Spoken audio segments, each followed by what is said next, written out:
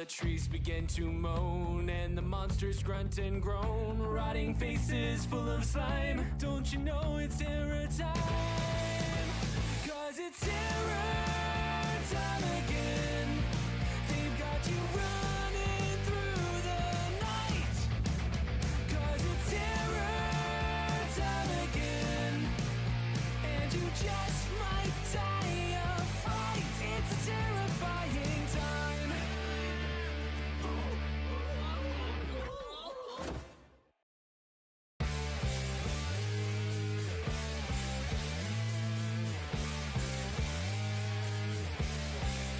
You hear the screeching of an owl, you hear the wind begin to howl. You know there's zombies on the prowl. 'Cause it's terror time again. They've got you running through the night. 'Cause it's terror time again, and you just might die of fright. It's a terrifying time. You hear the beating of your heart, you know the scream's gonna start. Here comes the really scary part. 'Cause it's terror time again. They've got you running through the night. 'Cause it's terror time again, and you just might die of fright. It's a terrifying time. All the trees begin to moan, and the monsters grunt and groan. Rotting faces full of slime. Don't you know it's terror time? 'Cause it's terror time again. They've got you running through the night. 'Cause it's terror time again, and you just might die of fright. It's a terrifying time.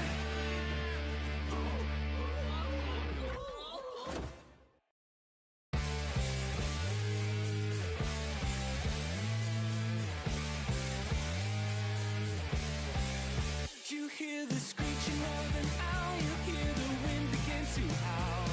You know there's zombies on the prowl. 'Cause it's terror time again. They've got you running through the night.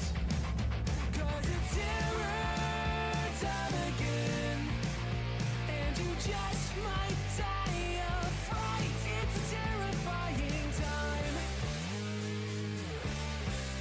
You hear the beating of your heart, you know the scream's gonna start.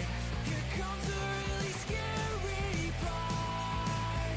'Cause it's terror time again. They've got you running through the night. 'Cause it's terror time again, and you just might die of fright. It's a terrifying time. All the trees begin to moan, and the monsters grunt and groan. Rotting faces full of slime. Don't you know it's terror time? 'Cause it's terror time again. They've got you running through the night. 'Cause it's terror time again, and you just might die of fright. It's a terrifying time.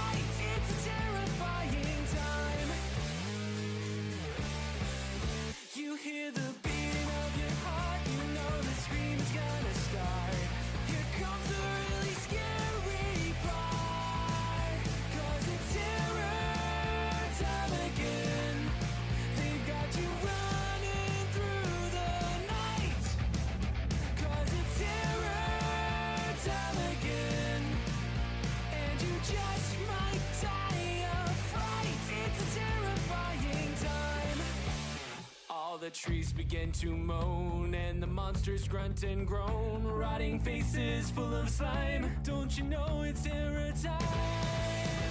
'Cause it's terror time again. They've got you running through the night. 'Cause it's terror time again, and you just might die a fight. It's a terrifying time.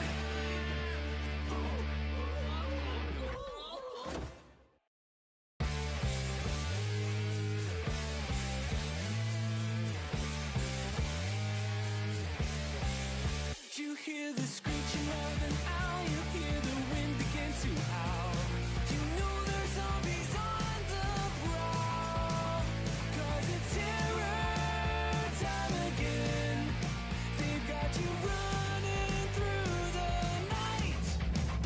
'Cause it's terror time again, and you just might die a fight. It's a terrifying time. You hear the beating of your heart, you know the scream is gonna start. Here comes the really scary part. 'Cause it's terror time again. They've got you running through the night. 'Cause it's terror time again, and you just might die a fight. It's a terrifying time.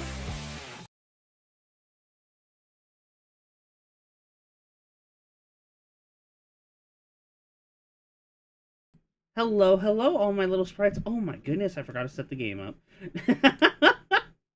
I knew there was going to be some scuff, but alrighty. Hello, everybody. Welcome in. Mama Bear, thank you so much. Can we get a shout out for Savvy, please? Thank you, game. I love the introduction, but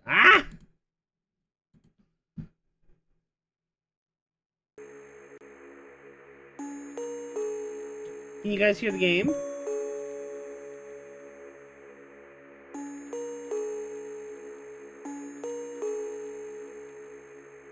So I want to let you guys know real quick.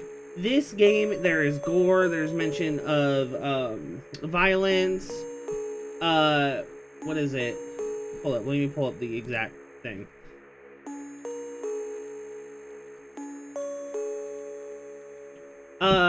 It can, just a heads up for those. It contains gore and dismemberment. Instances of profanity, body horror, mentions of child abuse. Some mild homophobia. One of the characters is homophobic, and violence. And I just want you guys to understand, it is a game. Okay? I just want to let you guys know, all disclaimers and everything. But, welcome in. Will you guys pick up the phone?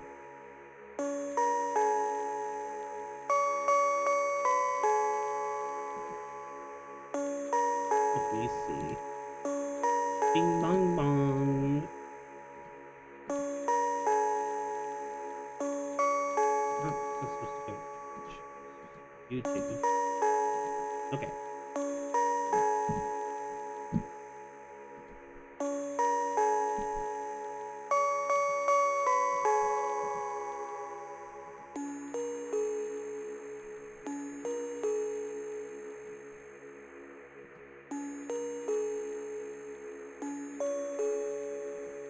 Okay.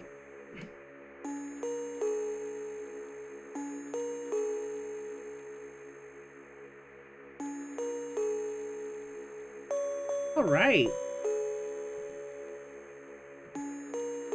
And that should be everything, yeah. Okay, we should be able to start the game now. But yes, hello, welcome in. Where is it on the thingy? Okay, are you guys ready? This is the Game Jam version too. This is the free release. I think there's a extended cut for supporters. Hello, Elia. Welcome in.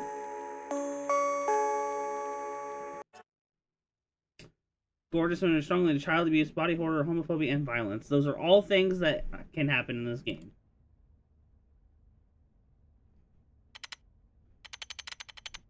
Annoying.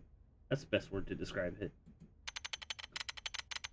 Growing up, they teach you to pick the job you're passionate about. No matter what, you should find something you're good at and stick with it. The problem is passion and proficiency mixed together like shit.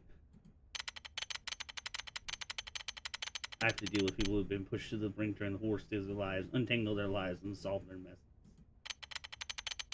With a smile, or at least keeping my poker face intact. Sometimes I think I'd be happier as an accountant rather than a private eye. Then again, I'd be an awful money man. At least here I can run circles around any second-rate cop. Boop. Right. Work. Strange. Starting 10:30, so it must be one urgent night job. Let's see who died this time. You got Morgan.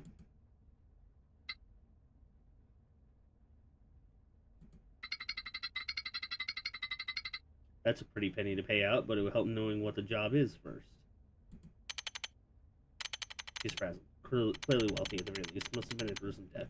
Or maybe she watched the person die. We'll see. I understand. Wonderful. So my reputation precedes me. Right. Cops haven't been called yet? Fantastic. Keep it that way. I'll be there soon. Goodbye. At least I'll have less people in my way. Should make some coffee with me. As it seems like this one is gonna take quite a while. I'm sorry I'm stumbling over it. I'll add cream and sugar for a nice energy boost. I'll put it in that fancy disposable cup to keep it hot. There we go. Now before I forget, I'll text my better half to not wait for me tonight. Looks like it's gonna be a long night.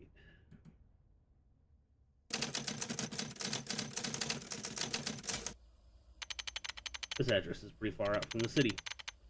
I'd take the local police at least 25 minutes to get out here. Can't forget the time in between the gate and the front door.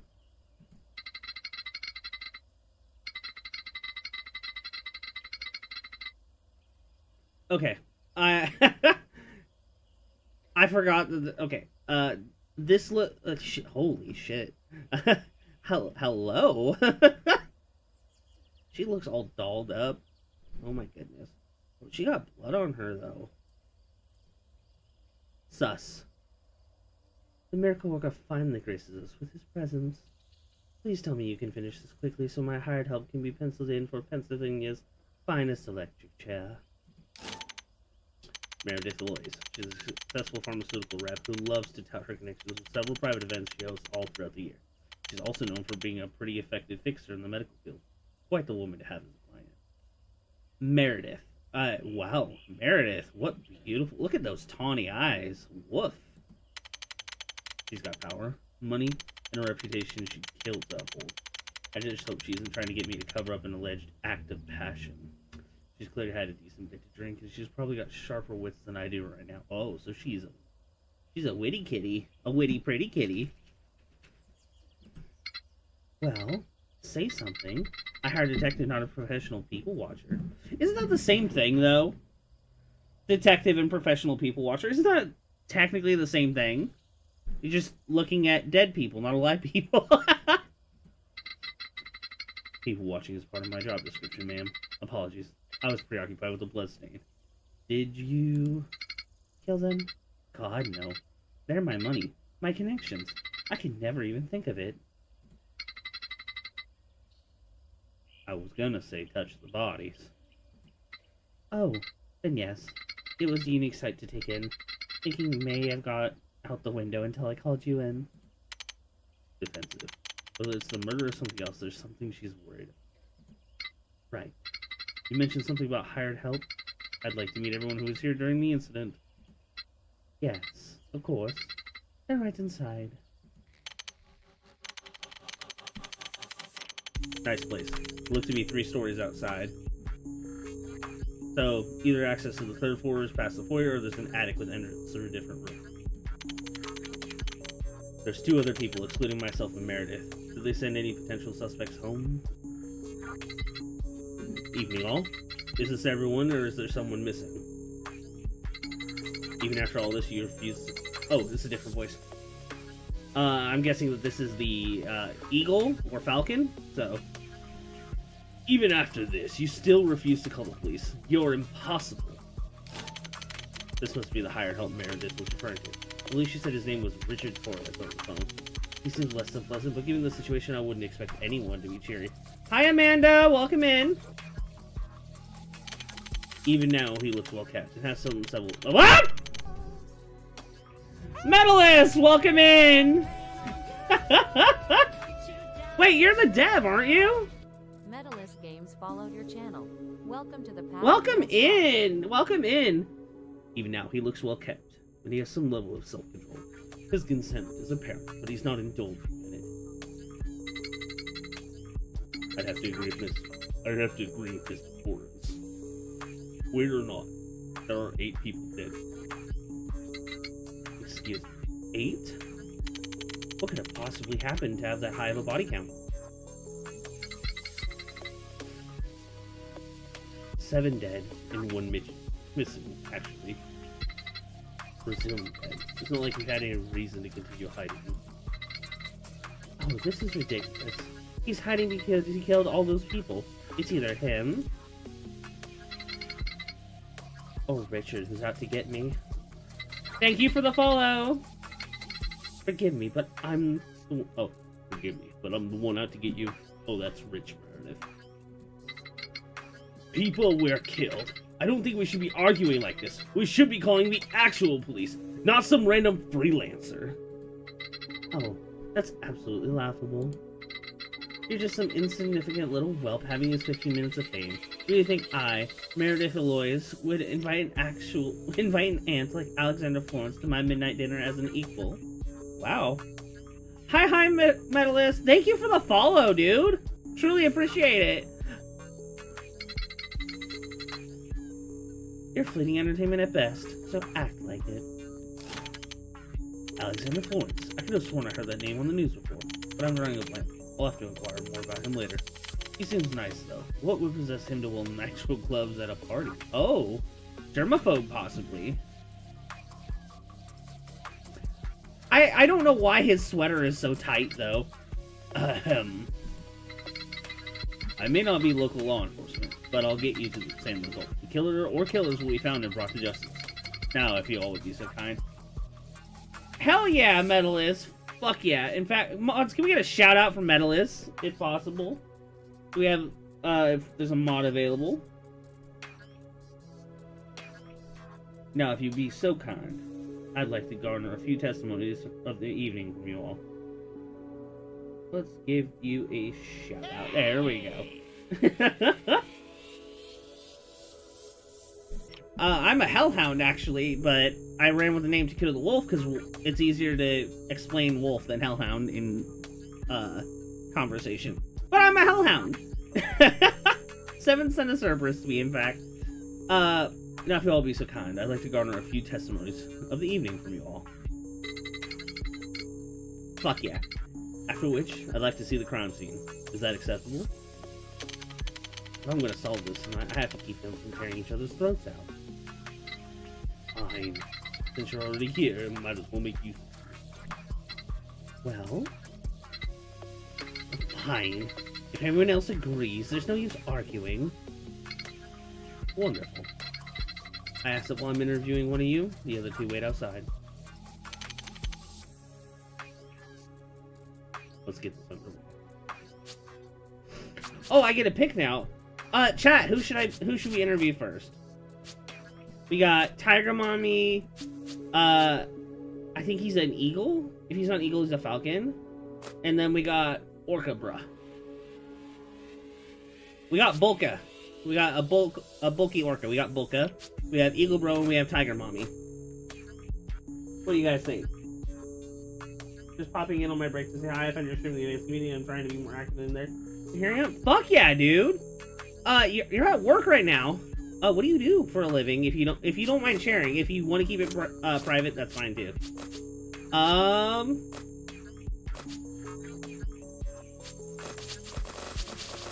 If you want to be vague about it, that's cool too. I know you don't want to. I don't want to dox you, like, at all. So yeah.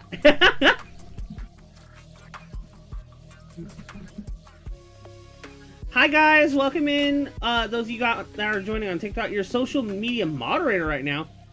Hoping to have a job in IT. Fuck yeah, dude. IT's where it's at. I don't do IT work. I'm too stupid to do that. I barely do my own IT work for me. We're gonna go with Tiger Mommy. What do you want to know, detective?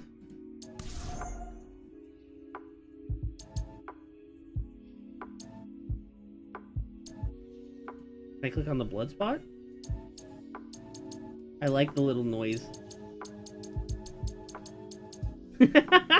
Welcome in, guys. For those of you that are popping in on TikTok, welcome in.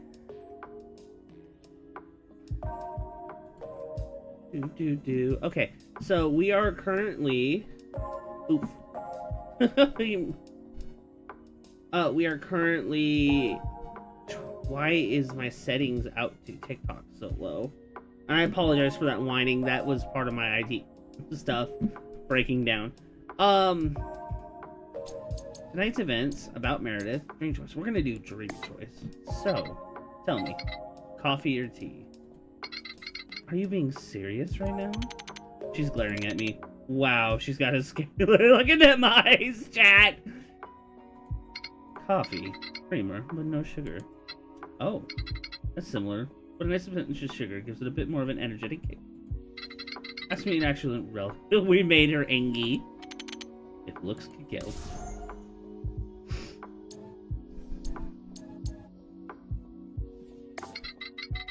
Could you tell me a bit about tonight?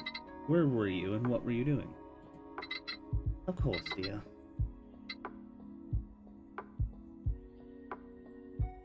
Oh, fuck yeah, dude. Oh, I'm already an affiliate. I've been an affiliate for almost a year now. But fuck yeah.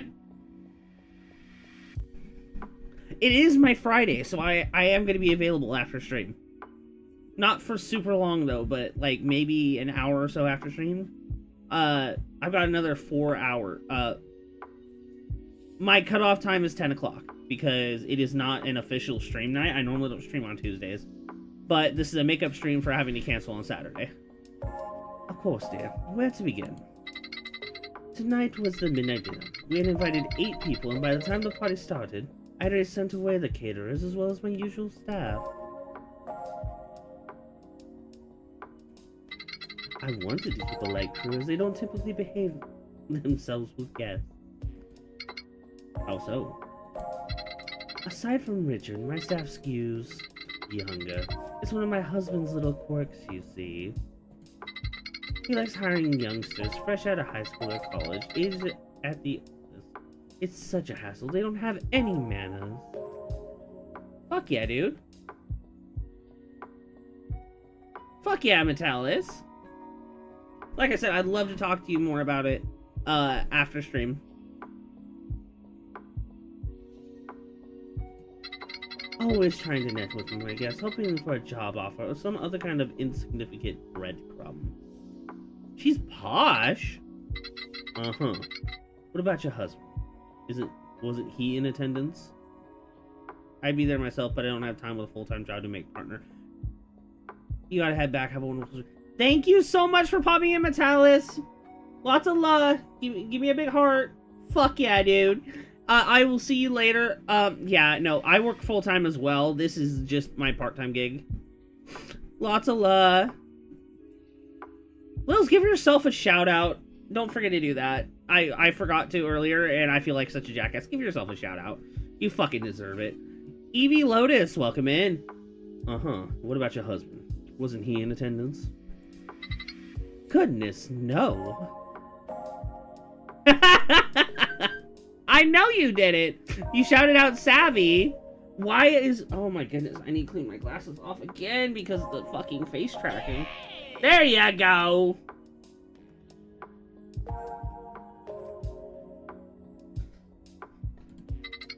That slouch is nothing more than arm candy. You know how that goes. I'm afraid I don't, ma'am. Can you spell it out for me? Lots of love, thank you so much. Goodness, detective. You don't bring sugar unless you want to sweeten a deal.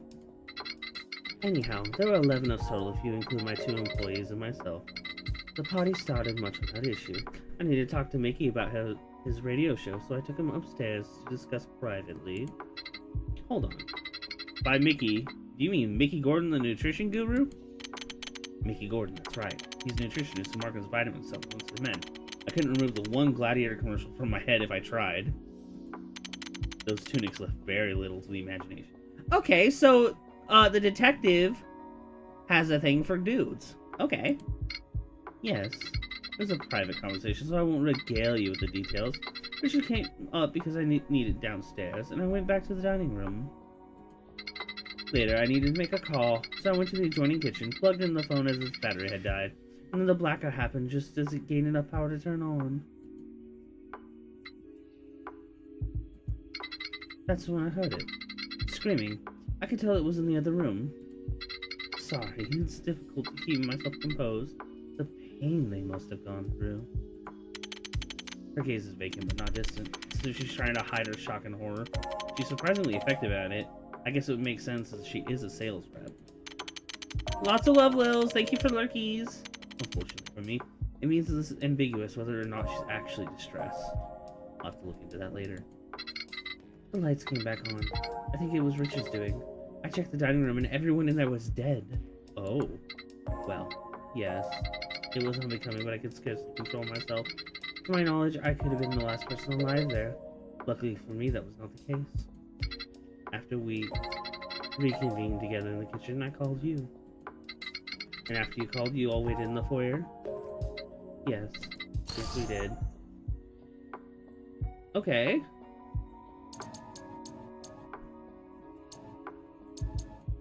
See more. Who's this mysterious missing person? Hello, welcome in. ... welcome in. Tell me about the other employee here, the missing one. Sorry, chat. Let me take a sippy.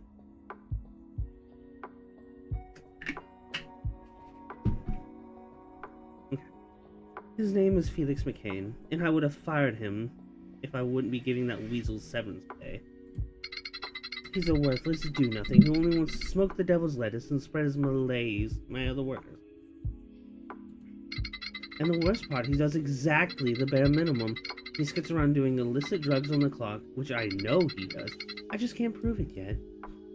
He's a slithering snake out to make my life worse. He's probably off somewhere, completely unaware of what has happened tonight. Oh. Okay. So definitely...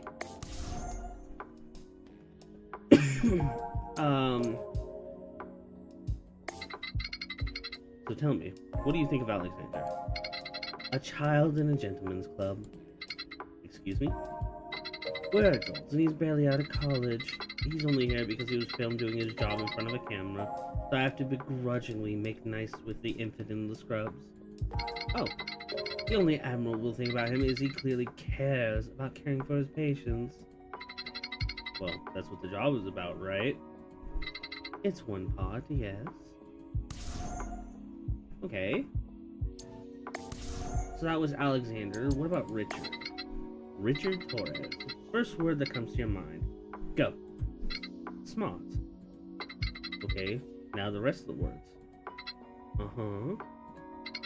He's smart. I've kept him on for years because he's a good leader. That went a little southern, I'm sorry. I'm trying to do posh, but I keep slipping into southern. Let's try that again. He's smart. I've kept him on for years because he's a good leader. God damn it! Leader. Leader. There we go. Leader. I fucking did it again. He keeps the house clean. He can fill in for the chef if need be. He's also a crafty wretch who wants my empire to burn.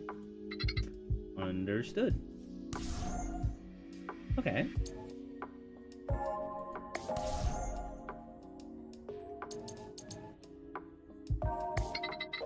What's this here about Richard and Felix's date with an electric chair? Right. I have reasonable suspicion that either of them would conspire to see my downfall. Downfall? If I wanted to ruin someone, I imagine that I would be a bit more direct than killing almost everyone but them. It's my reputation I value, not my life. The name Meredith Eloise is a brand, detective, a symbol of power. History is meant to echo it with reverence. This massacre is a stain upon my good name. It's the desecration of my own altar. And if I can't handle this swiftly, I might as well have had a bullet in my head. The only difference is that this death is slow and agonizing. Fucking... Okay. Ahem. I asked for your account. You don't need to swirl your wine glass around, clear your throat, and not drink not drink from it for dramatic effect. Ah, detective. Those who died, those poor souls strewn on my foyer. Perhaps they were the fortunate ones tonight. There will be no more waste for them. Their families, I am sure, have the means to give them a lavish funerals they deserve. But me, I'll have to endure this attack against my honor. I have to bear this pain, detective. This horrible grief. Okay, ma'am, but let's return to, Felix and Richard. What motive do they have? They're heathens, dissatisfied with the wages and contract. Richard also thinks I slighted him over a personal matter. A personal matter? A personal matter? Care to elaborate? No. I need to fix my character real quick. Move him down just a little bit. There we go. Now he's more on screen. No.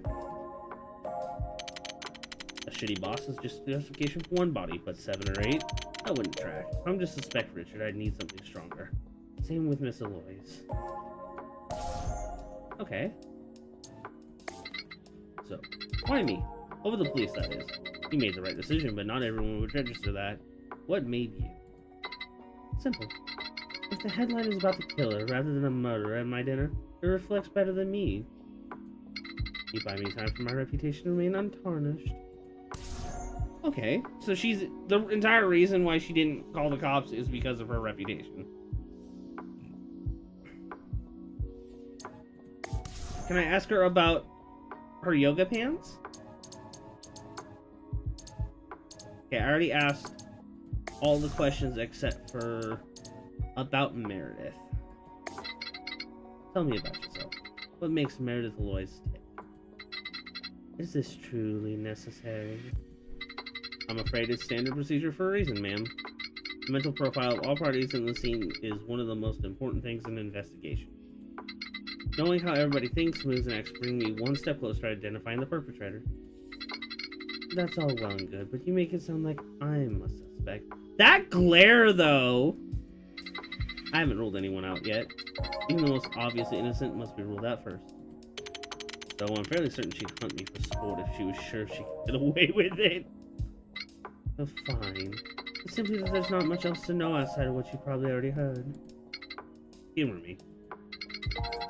Well, I've got one beautiful husband, 2 fine kids, and a majestic reputation. Of course, my company sells the wonderful miracle drug, Mirazone, but it is only a second fiddle to my greater talents. I build connections with just about every prominent figure in the medical industry, every regulatory agency, and every politician that could ever think of proposing a bill of law. I bring the most capable people together, foster the best partnerships, and when the time is right, solve problems. No one works here without my seal of approval, and no medical treatment goes to the market if I don't say so. Okay, so she thinks very highly of herself, and I'd say with good reason, because she seems to be, doing very well for herself. Okay. Can I... Oh.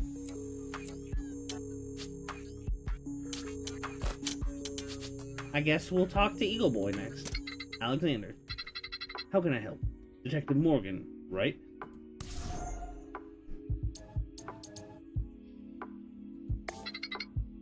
Coffee or tea? Juice. I'm a butterfly who likes sugar. It must be past this child's bedtime. He can't seriously disregard both options for juice. I fucking love this game.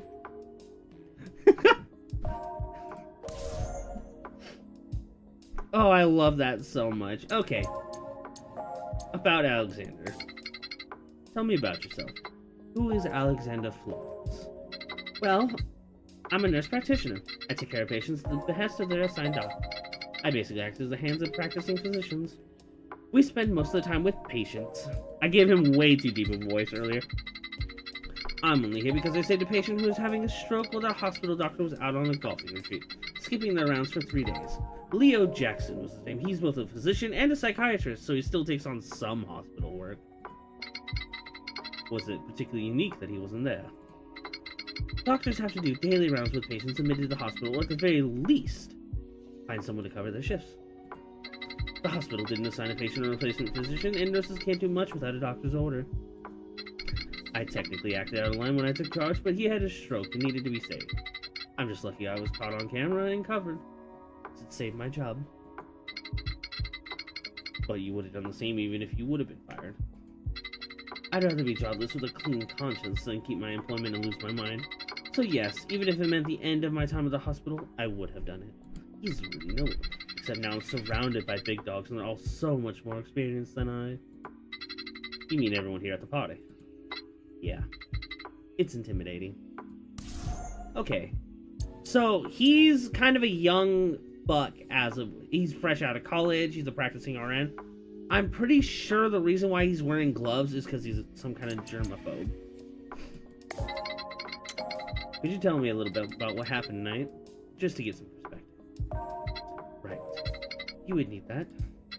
I arrived at the venue, and I'm not sure if this is the place because the gate is so far from the house itself. It just doesn't feel right, you know? I get a bit turned around, and I'm wasting time making sure it's really the place, and wind up there basically last. I'm behind one of the doctors we work with, Dr. Edwards. Brooke Edwards. They take out our phones for some security reason, and then we're let inside. Everyone is a decent bit older than me. Well, excluding Felix. Saturn, welcome in. Thank you for your nuggies. Hydrate? Hydrate? Why should I hydrate? What? Oh god, you're doing stuff already. Let me refresh all this shit, because I don't know why it's... There we go. There we go! I definitely will eat my water and drink my food. Hello, Saturn. Welcome in. Thank you for sharing the live. I appreciate that.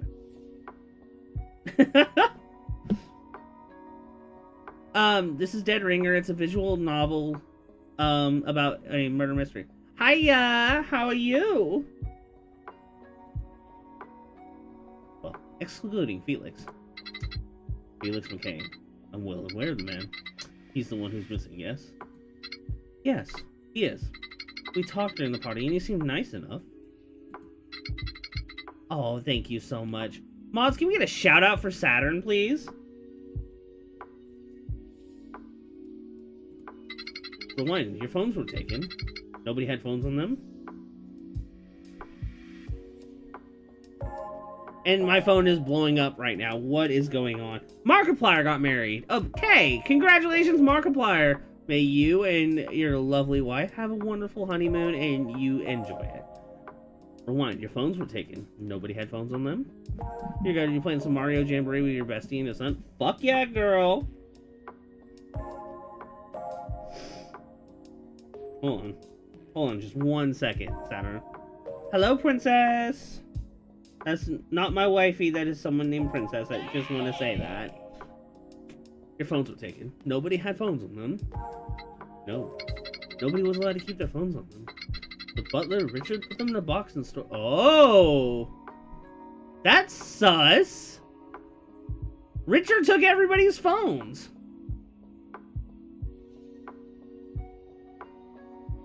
I know, right?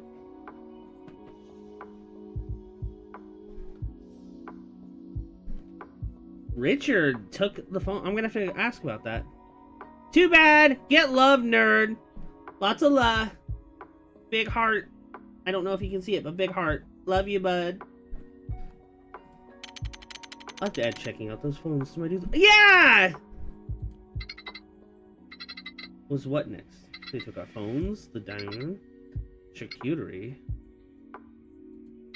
Felix! Yes, Felix then asked if we could show some of the paintings upstairs. in the guest room, so he takes me there. We talk, and then we go back downstairs to the party. As we're leaving, then I notice that Richards was upstairs too, talking with Miss Alois. But I don't think he noticed. By the way, I can't move for 60 seconds, so I'm gonna use this time to talk. Saturn, you missed Tiger Mommy. You missed talking with Tiger Mommy at the beginning of this. She's really posh and like woof. I'm not normally into sophisticated women, but wow, she just tail started wagging. So how's Mario going? Richard is the hired help. So he's essentially Miss Alois's bodyguard. So I think he may be the killer. I mean, that's motive, that's opportunity, or that's showing proof that he planned ahead.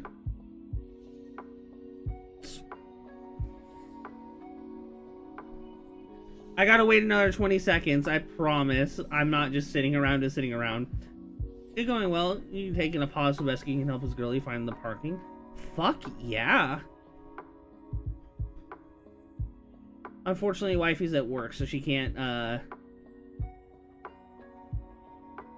it's Burning Man, he's sus. I don't know, he's kind of just new to the entire posh scene.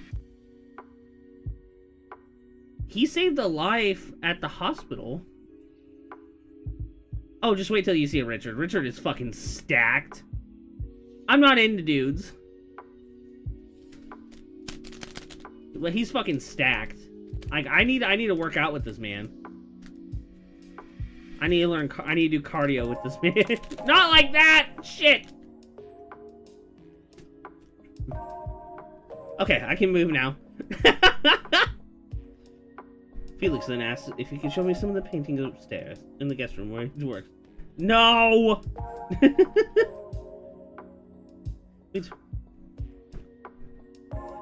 Saturn! Girl! Why? I can't move for another 60 seconds. Can someone clip that? Because I'm not allowed to touch my computer. That's brilliant. Welcome in, Tick Monster. Hi. If you guys are enjoying the stream, make sure to share it. It really helps me, it really helps just boost and get the word out there that I'm on Twitch.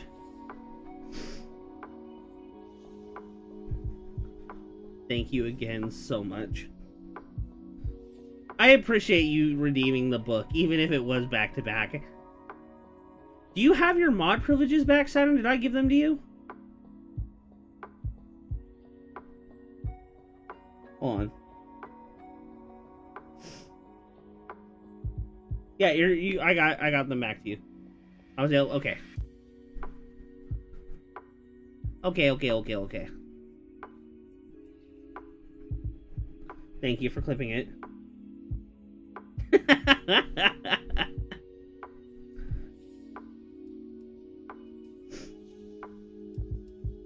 Oh. I think wifey just made it safe. Oh shit. Okay. Something more definitely happened with Felix and Alexander. But I don't have anything to go off that yet. I'm more interested in... Can you recall what the tone was like between Meredith and Richard? It seemed like they were trying to, yell. Softly. Whisper yelling. You can catch more than that. I don't consider myself a nosy person. He doesn't have a nose. He has a beak. And I wasn't gonna start there. Ooh! Anyway, I returned to the party and eat some food, but something doesn't agree with me. Maybe it was the oysters. Maybe it was the talk about ending this worker rights travesty. Oh. I don't know. So I head to the bathroom. While I'm in there, the lights go out, and I can still hear everyone calling for help. The sounds of tables being knocked over. The muffled panic just beyond the back wall of the bathroom I'm in. Was there anything strange that you noticed during the blackout? Anything at all? Something that sticks out during all that chaos? I don't think so. It was so... Ah! Here we go.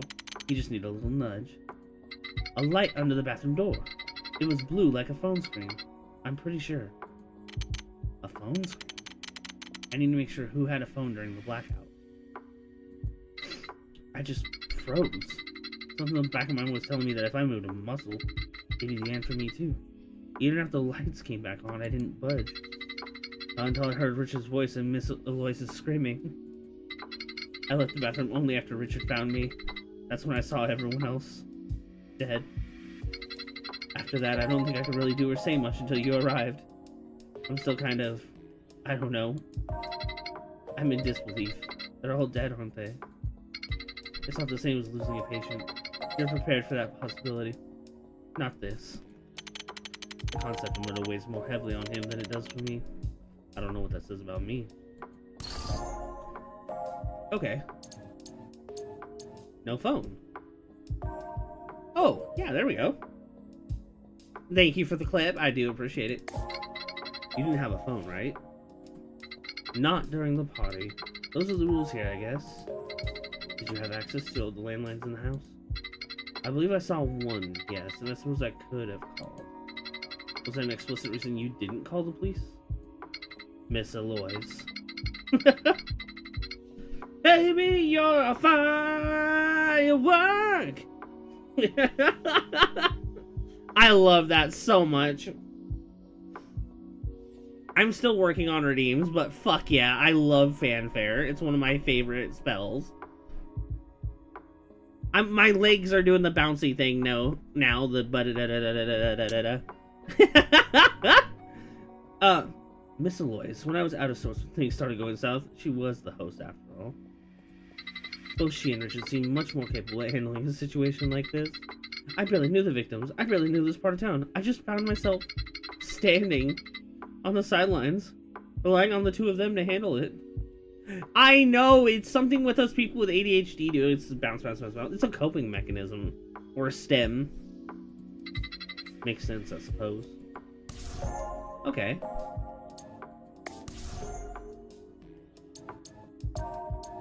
Meredith. What do you think of Meredith? Intimidating. I can't even say her first name without feeling an icy hand on my shoulder. She has this aura around her, and I can easily understand how the local medical field revolves around her. So you admire her? Admire. I guess you could call it that if you squint hard enough. It's more like having a fear of an all-powerful god keeping you in line. Oh shit. What are... Oh, I already did that one. Richard Torres. Tell me about your thoughts on Richard. I wouldn't be surprised if he was a hitman. Could be a Layton's Pond type. Maybe he's an ex-secret agent that works for an affluent drug rep because he's got some dirt on the CIA. Unfortunately, 31 is a blank page, and I'm working on pages. I don't seriously think that. He just seems mysterious. Right. Do you think he's capable of committing murder? I have a hard time believing anyone would be. It's not something I like to think about.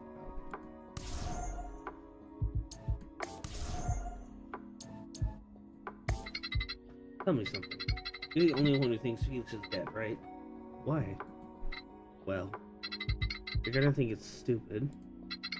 If he were alive, I feel like he was the one who did this. It's how it usually goes down. The person hiding has the secrets. I just don't believe he'd kill 7 people. Okay. Saturn here, right here. This is Tiger Mommy. What do you want to know, detective? We're gonna talk to Richard now. Ready? What do you need from me? Coffee or tea? I know, right? Woof! 18's blank as well. I need to just quit fucking around and just grind through all the fucking things. Black tea with milk. Anything less would be an thank you for Get Out. Anything less would be an affront to my taste buds. Oh shit. He eats fancy.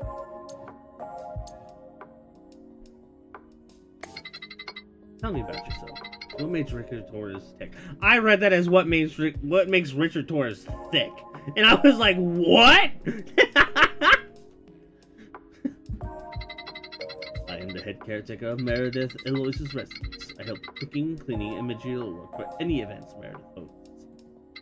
I have a husband, no children, and a stable job position. Satisfied? No, but I get you don't want to answer this question in earnest. Okay. Tonight's events. Tell me what happened tonight. Of course. Before the party, I worked with the caterers to prepare the food. I received a call from my husband, who was one of the victims in this. He wanted to RSVP late, but knew to call me since technically the registration period has passed. Your husband? I'm deeply sorry for your loss. I can't imagine what you must be going through right now. My feelings are a little consequence. What's important is that the killer is caught. Now then, from where I left off. Of course, I foresaw this and RSVP'd for him, so the call was meaningless. When the party started, I took everyone's phones in order to restrict any photography at the event. Oh! He did it to restrict photography and PR. Everyone's phones were taken away. Did you or Meredith have yours? When on the premises, I relied solely on the landlines in the house, and Meredith partakes in the same restrictions to be fair to the other guests. As the party begins, I remain in the foyer to prevent people from wandering upstairs without proper supervision.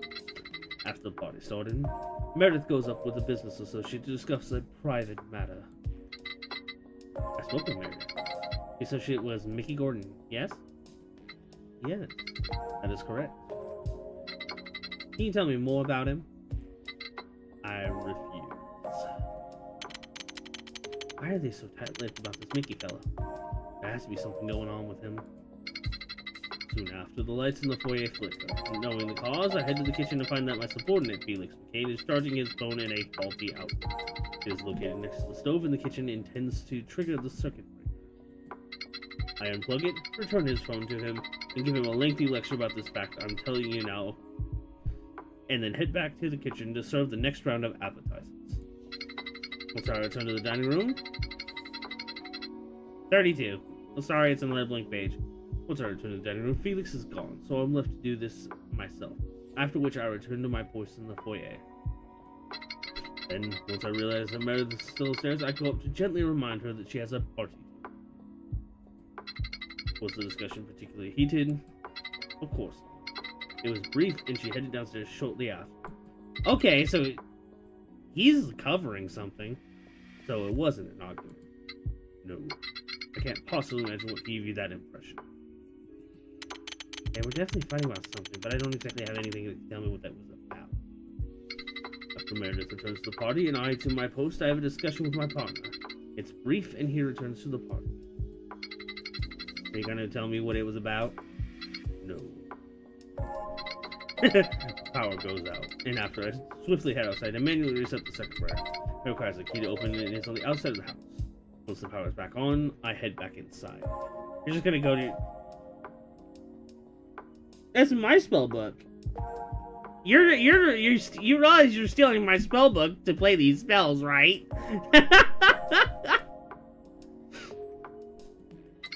How did you see in the dark?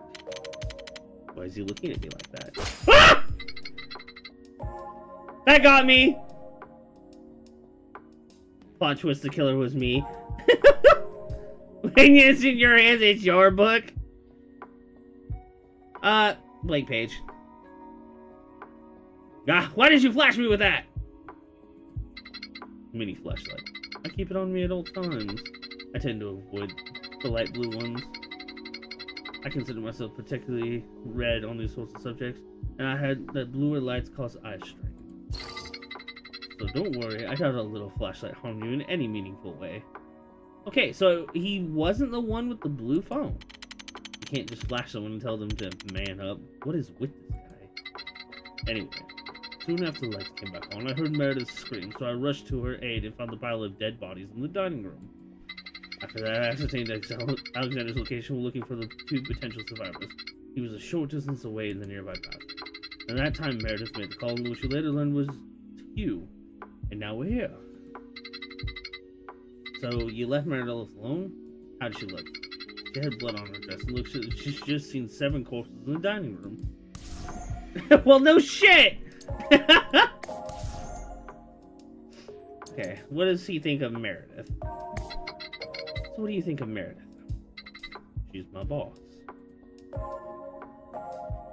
And? She's my boss. Okay, what about Richard? Oh, wait, no. I already did this one. Sorry. I'll skip this.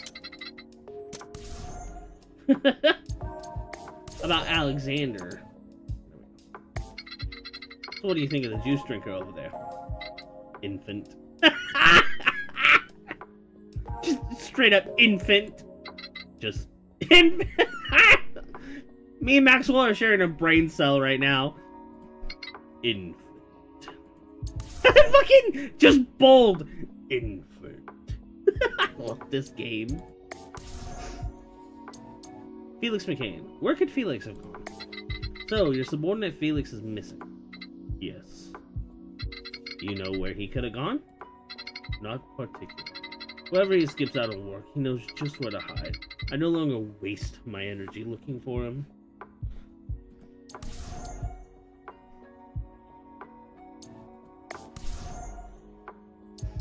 The police. Right. 26, another blank page. Saturn, you can refund yourself if you keep getting blank pages. I'm not gonna say, oh, you snooze, you lose, because it is on me. So just a quick question. Why didn't you call the police? I trusted Meredith to handle when she said she would. Then she called you. So you don't think she did well? You have a police badge? You don't need to answer that. Next question. Okay. Rude. Okay. I think that is also the important question. That just leaves one thing I need. But phones were out of play. Eat my water and drink my food? You bet your ass I will. Oh, I spilled some on my lap.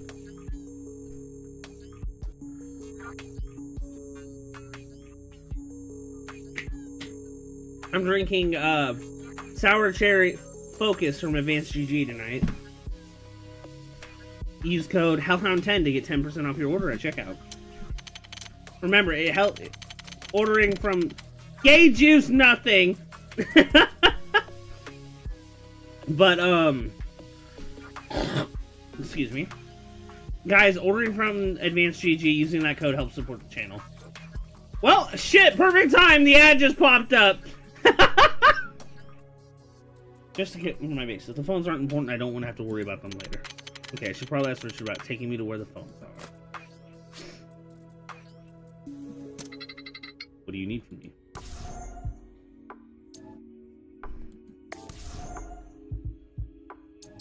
Wait, where are the phones?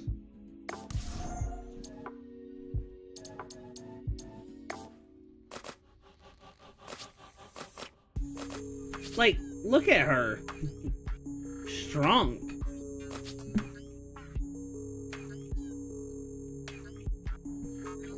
No, I just wasn't expecting gay juice. I drink straight juice because I'm straight. At least, yeah, I'm straight.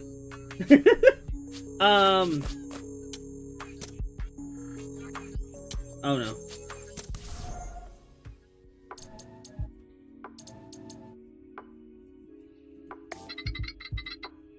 Oh no. Okay. I need to start knocking out possibilities now that I have a vague picture of the evening.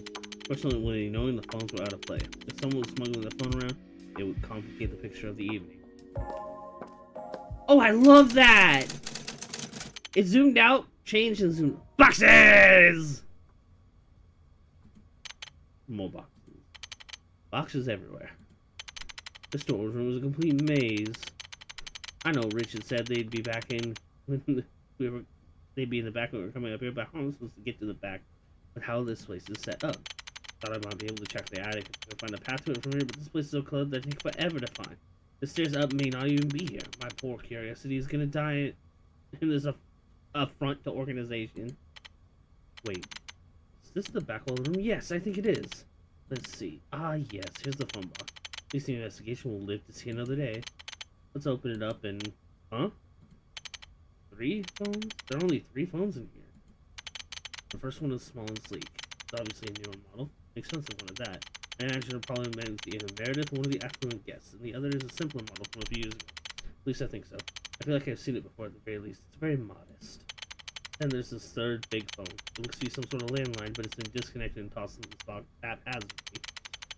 Strange, you think they'd put this in here as a gag. I can't imagine this actually is someone's phone. Oh!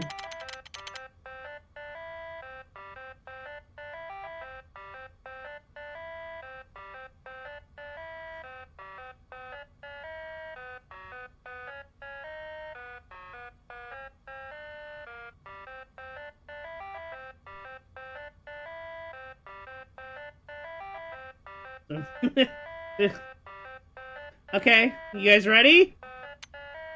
This doesn't make any sense. This is a landline phone. What is this thing supposed to be connected to? Actually, Max picked the phone up. Call it Detective's curiosity. The phone shouldn't have been able to ring, so he wanted to see what the trick was. But as soon as he picks it up... Oh, shit! Okay. Okay. I gotta break out my... Okay. Demon voice or Screecher voice? Guys. Okay. Evil book? No, it's an evil phone! Please stay on the line and do not look around the phone to answer your call. This call may be monitored for quality assurance.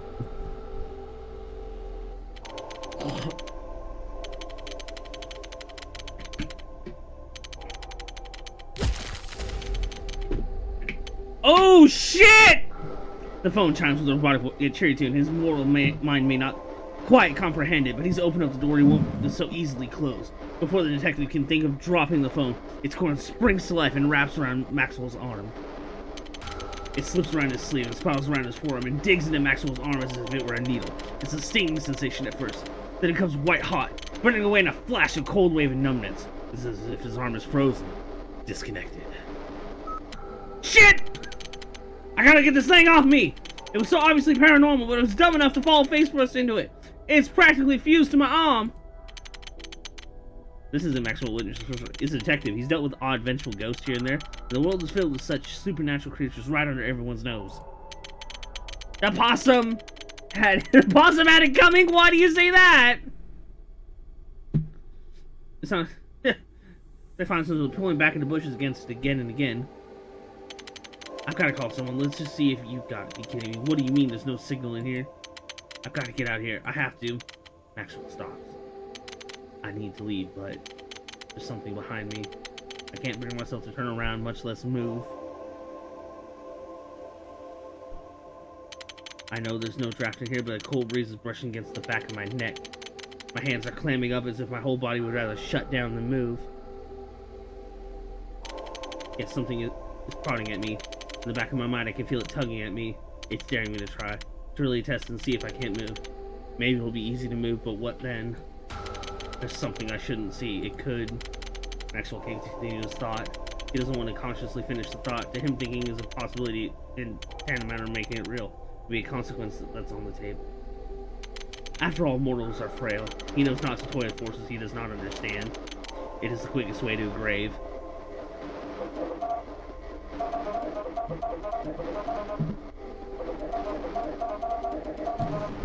Congratulations, you're Maxwell Michael Morgan, our 100th customer. We will now take you to our first available representative. Wow, 2 customers, 1 night. I must be the luckiest gamer on the face of the earth. The cord squeezes around Maxwell's arm. His muscles twitch and his fingers wriggle in seemingly random directions. The point where the cord dug in his body squelches, but it's like I can't even feel the pain. Eat my water and drink my food? Okay, I'll take a sip. I'll take a sip right after this. Okay. Can't even feel the pain he expected from. It's as if his arm's not his own. He can't pull the phone down. You know, I'll take it.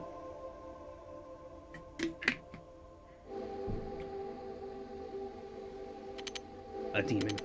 This is the worst possible explanation I could get for what happened here tonight. Unnatural monstrosity is at the root cause of this. It's impossible to prove this case in court, much less get everyone left through the night now that it's attached to my arm. I need to find a way to deal with this thing and do it quickly. Who are you? What do you mean by customer?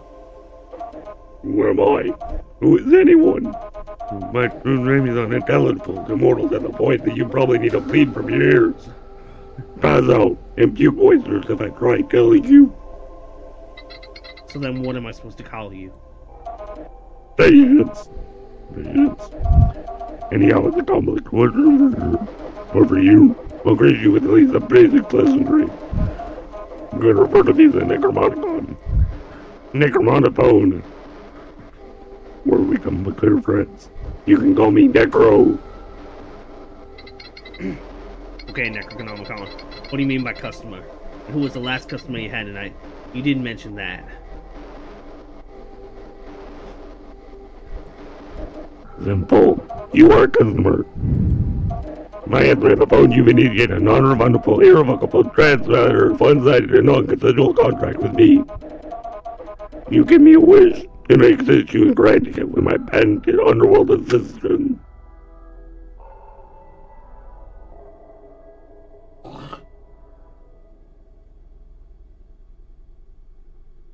What?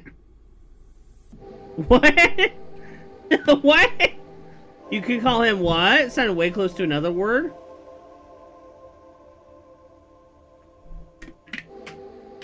Necrophone.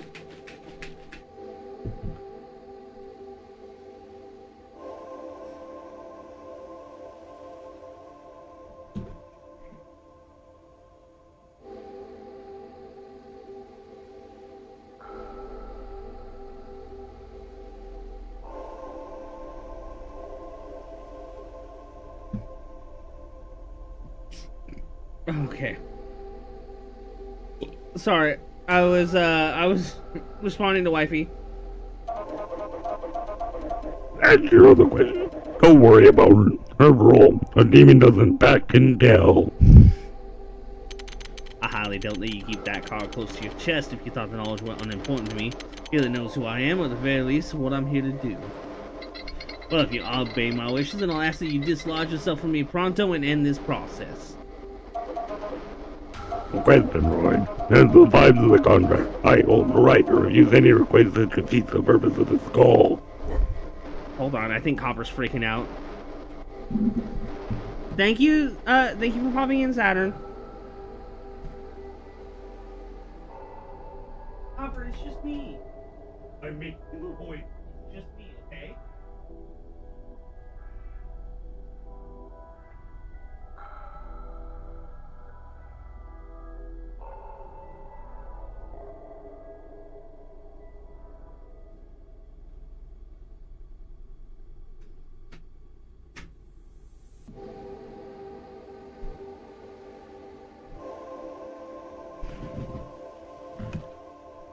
Sorry about that. Okay.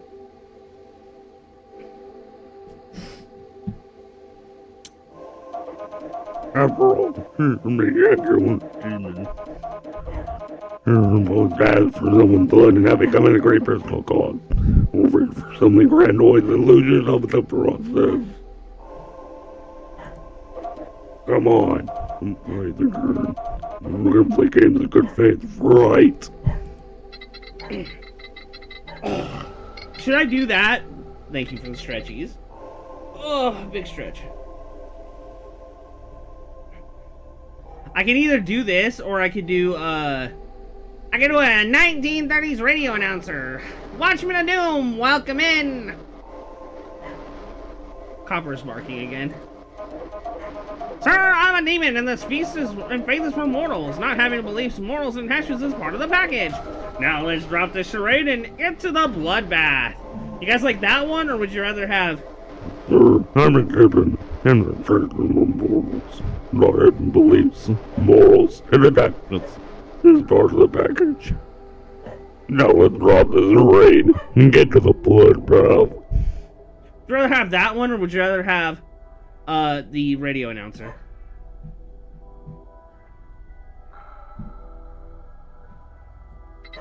I'm not exactly a vengeful person. My life is as fine as it is, and all I need right now is to solve this murder and missing persons case.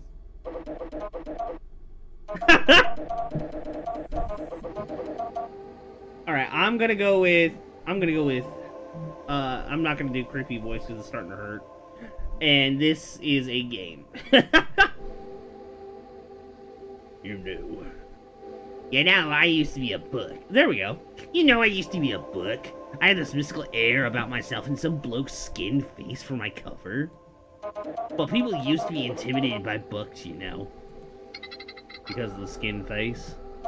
No, it's because I was extra thick and full of terms of use and antisocial guidelines. Fucking, this demon's speaking languages right now. Also, people were illiterate. But nowadays, everybody has a phone. They're quickly becoming extensions of the human soul itself. Can you imagine it? You can talk to anyone with a phone at any time. You can call them, text them, or take pictures of them on these tasty little metallic bricks of wonder.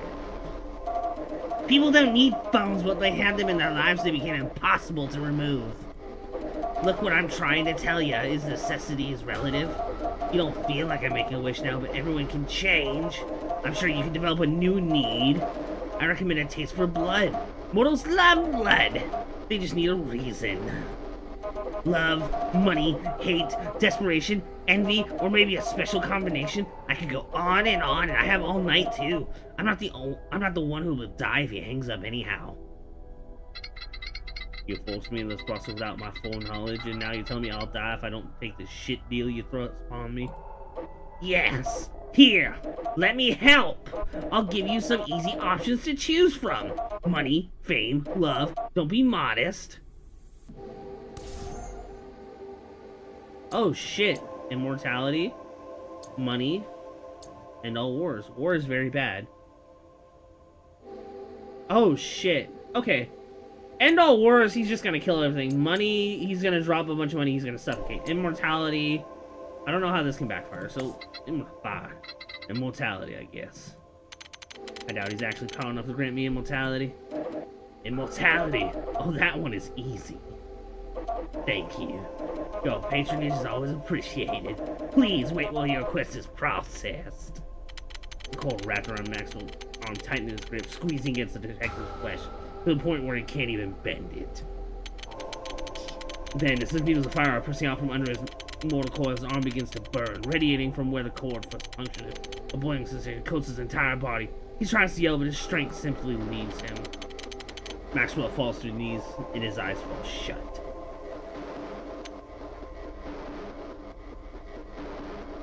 Oh. Two. Hit. Two. Detective. Maxwell jolts awake, straight up as if he's just woken up from the most refreshing nap. The phone is also gone from his arm, as if it's never been there. Thank goodness you're okay.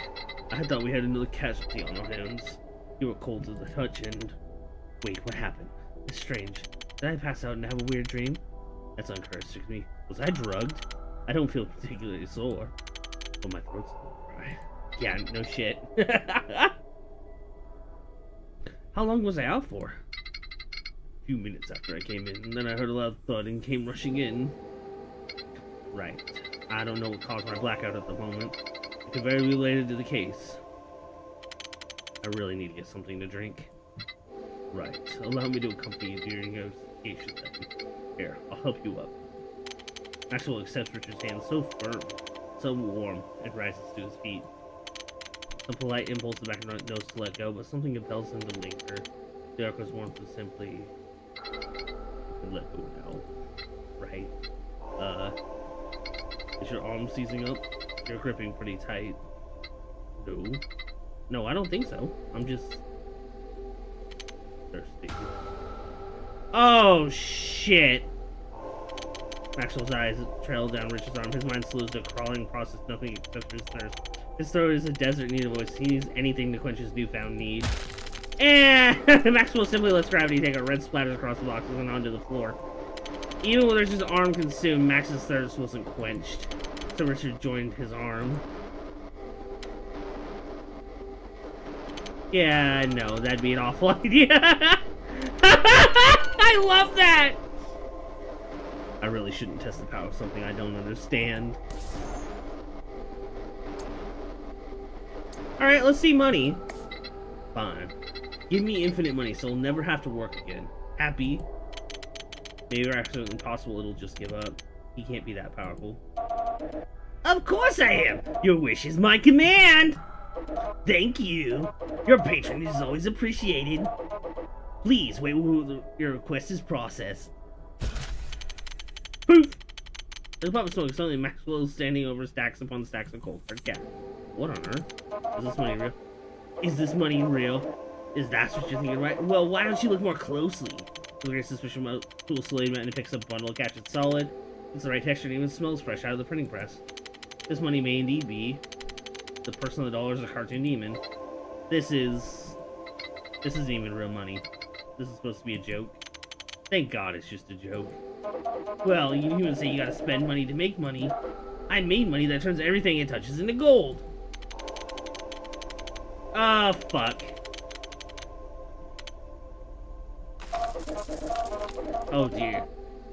Oh dear, I probably should have excluded people from that. Oh well, you get what you pay for! So all that's left of the detective is a statue of sparkling gold. If he wasn't petrified, he would make quite the killing off of it. I love this. Yeah, no, that'd be an awful idea. I really shouldn't test the power of something I don't understand. Alright, well, end all wars. Fine. End all wars. It's vague, but it can't possibly do anything that broad in scope.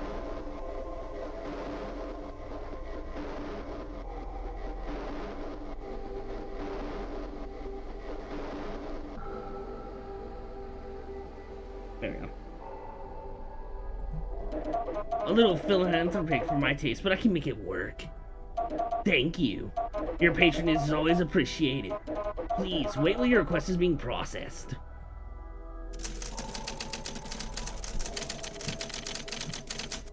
All things considered, that case was much easier than I thought it'd be.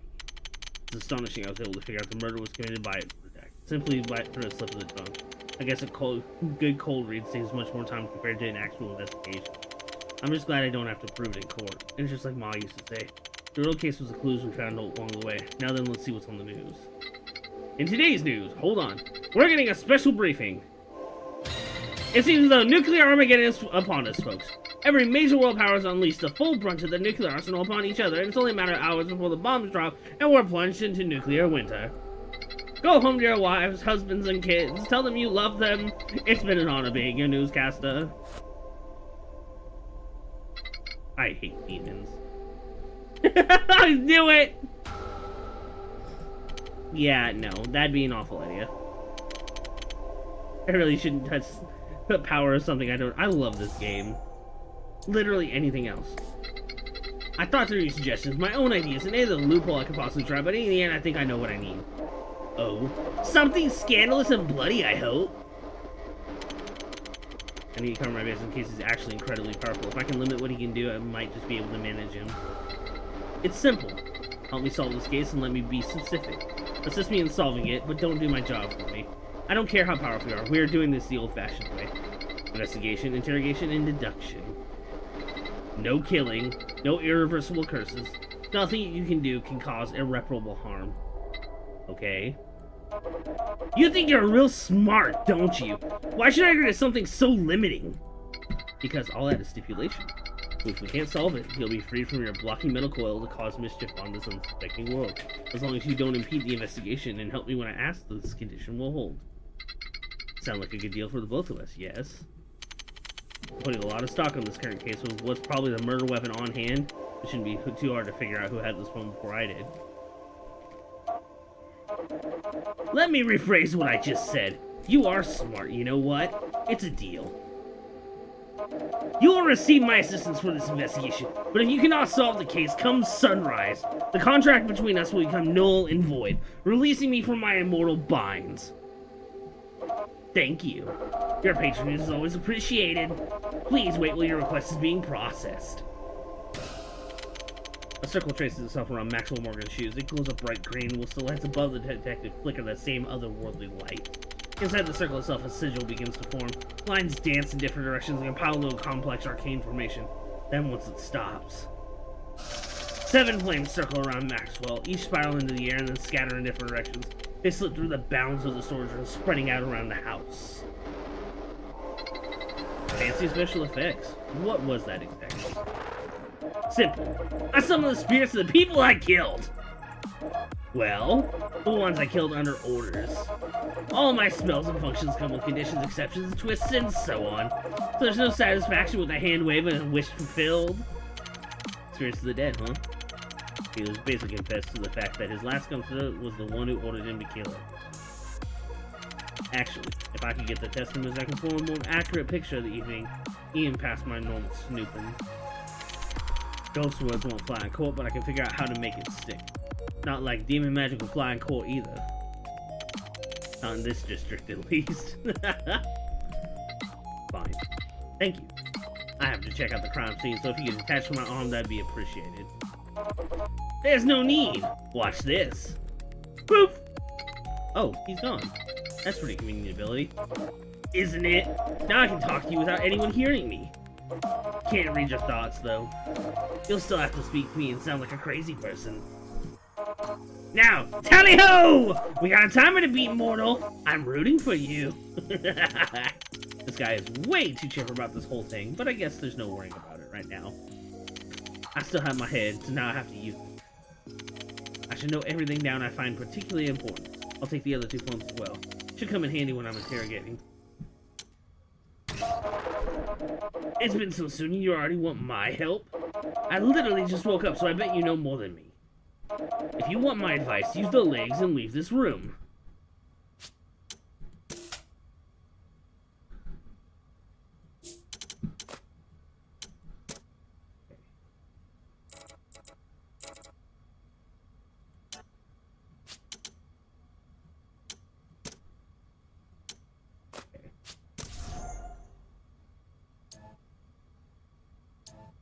Okay, I can click on him now. Okay. The murder scene is a diner. First, I need to speak with Richard. Richard, you waited for me. Of course. If you were to run into trouble, I would be prudent for me to be within earshot. You have a good point. Now then, was there something you needed? Most of the phones were missing from the box. Did you not collect everyone's phones? Ah, this is quite embarrassing, I have to admit. Every year I confiscate the phones and I try to hide them in a new place. But the guests always seem to find where they're hidden, no matter how creative the hiding spot. It became too difficult for us, so we don't even bother anymore unless someone pulls the phone out in the open. Then, whose phones are these? There was one still in the box at the time. A higher one either belongs to Meredith or one of the guests. I have no clear idea who the second one belonged to. I don't think I should show him the Necronomicon. It'd be too much to explain where I'm supposed to be the one asking questions. Besides, he could be the culprit.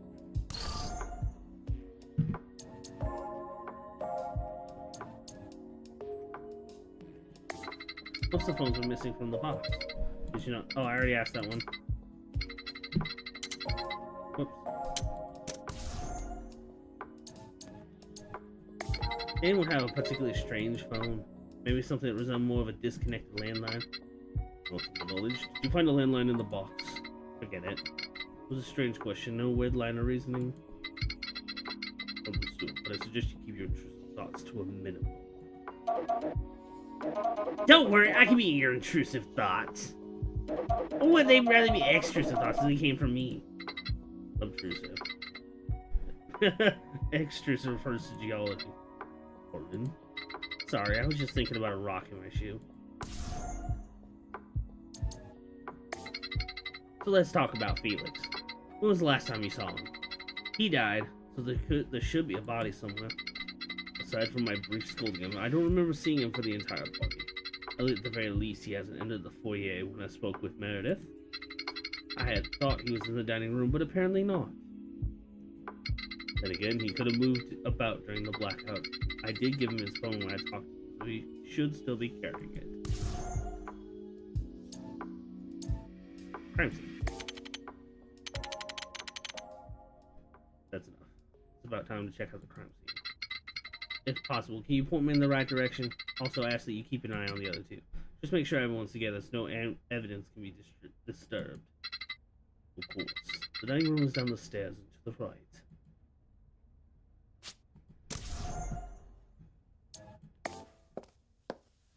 Oh shit! Blood!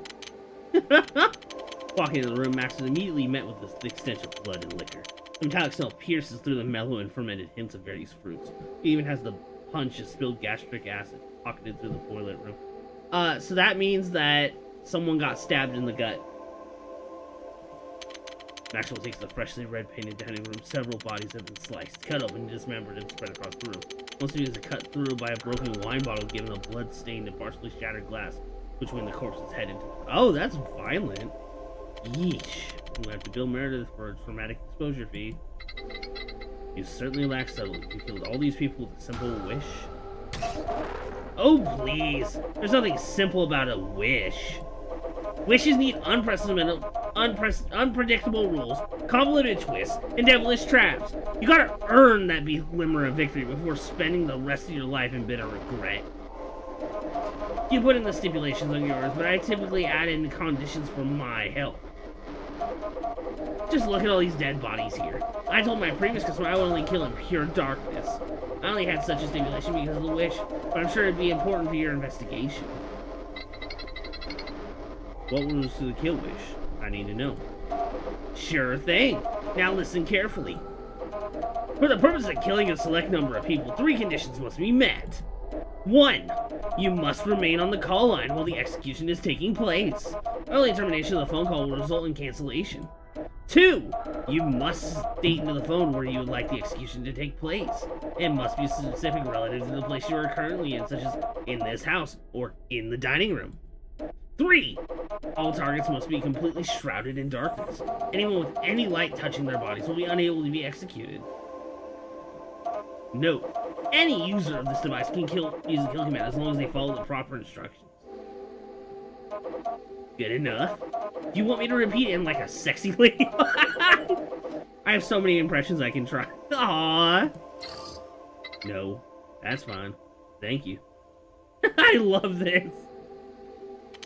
Maxwell, that clicker just beyond the corner of his eyesight. He turns around the screen, looking to what appears to be empty space. Is that a wisp? Much like the 70 he saw earlier, now floats right in front of him. Oh, is this one of the ghosts? Wait, there were 7 of them. The Necrophone didn't kill Felix. That probably means he's still alive, right? Ah ha ha! It's about time you gain the ability to see them. Now, you can talk to the ghosts. Come on, and try it. Just talking to me and I'll play what they say. Right, but first I need to clarify something. You spawned the souls of everyone you killed tonight, correct? Oh, that? Of course. All 7 of them were sliced up on my capable claws. Now then, talking to dead people time. I put so much effort into it. Come on, do it! Do it! Fine, fine. We can do your spell. Yeah! If this is what kids are like, then maybe I should tell the husband I'm not ready to be a dad. No. Stay strong. You have work to do. Just direct your questions to the ghost! The stench of death isn't getting any lighter. I should wrap this up quick so that someone can come in here and actually clean this up. Okay. So I just call him through you. The detective summoning the phone to his hand hesitantly dials a few buttons at random. A dial tone chimes and the ghost in front of Max lights up with an arcane energy. Please hold while we transfer your call. Please hold while we transfer your call.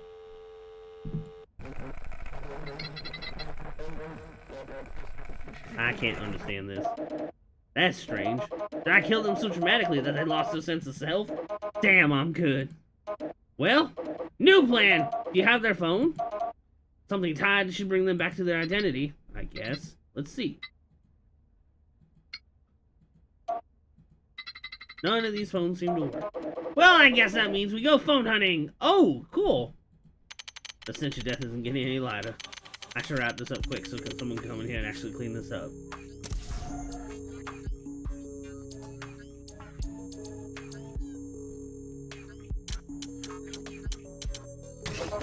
Hungry yet? You know, blood is very rich in iron. I bet it'd be so healthy for you. Looks like we need something to wake up this ghost. You got any phones to do so? Nope.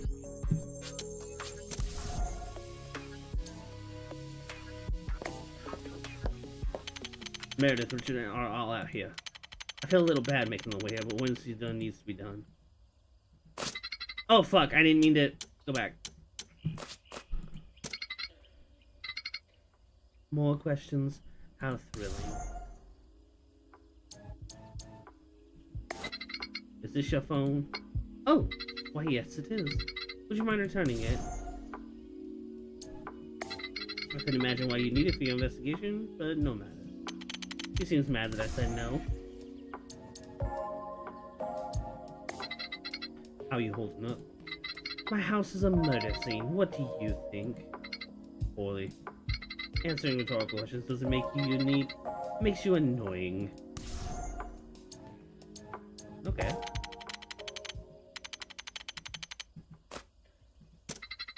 What do you need? How are you holding up, champ? There's almost 5 years of difference between us. Don't call me champ. How old are you? 27. And there's 10 years. Hi, Fox. Welcome in. Then there's 10 years. Strange. I thought there would be a much bigger gap. Honestly, I thought you were younger than me. Maybe I was just thrown off by your... Go on, Alexander. Say it. Never mind. I shouldn't run my mouth like that. Sorry. It's alright.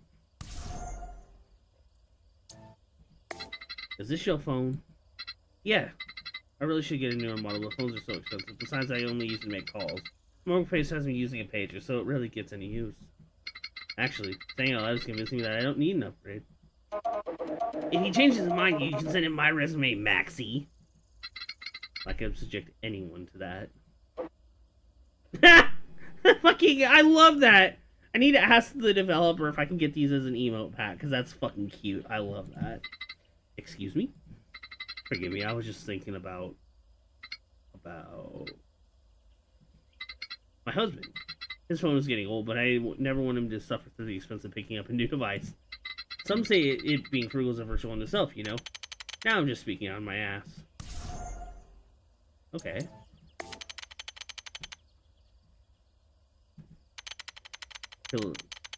Okay.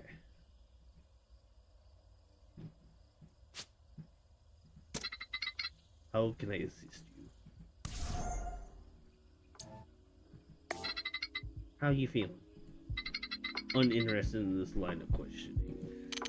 Better not to poke the bear. I understand you work for Meredith. I think that your relationship has been fraught, but why do you stick around? Is the pay good? Is the contract bad? Loyalty, I suppose. Loyalty to her. Loyalty to what she represents. Or perhaps it was in hopes of helping my husband. How so? Connections are everything in life. Without them, you can't rise in any field. Let alone the medical industry. You said your husband was one of the victims. Did I? Yes. I wanted to clarify who that husband was. I refuse. Saying like that just makes me feel like it's more important than it actually is, you know? Okay.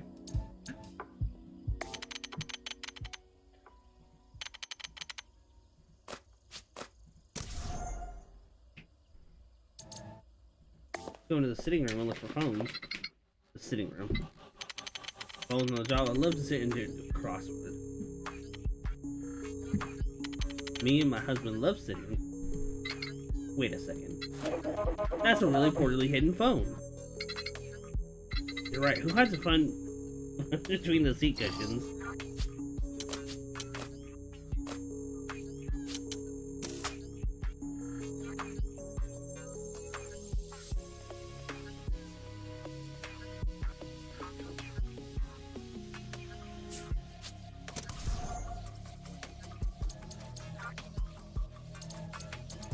Let's see if this dining room goes.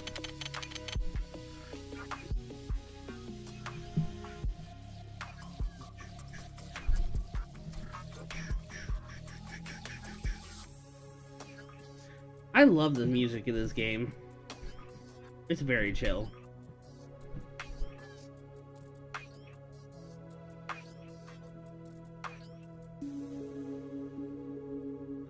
Game.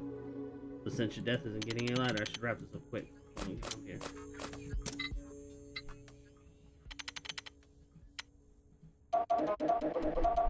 Please hold while we transfer your call. Please hold while we transfer your call. That's strange. That killed them so traumatically that they lost their sense of self. Damn, I'm good. Well, new plan. Do you have their phone? Something tied to them could bring back their event. I guess. Let's see. None of these phones seem to work. Well, I guess that means we go phone hunting. Aw, man.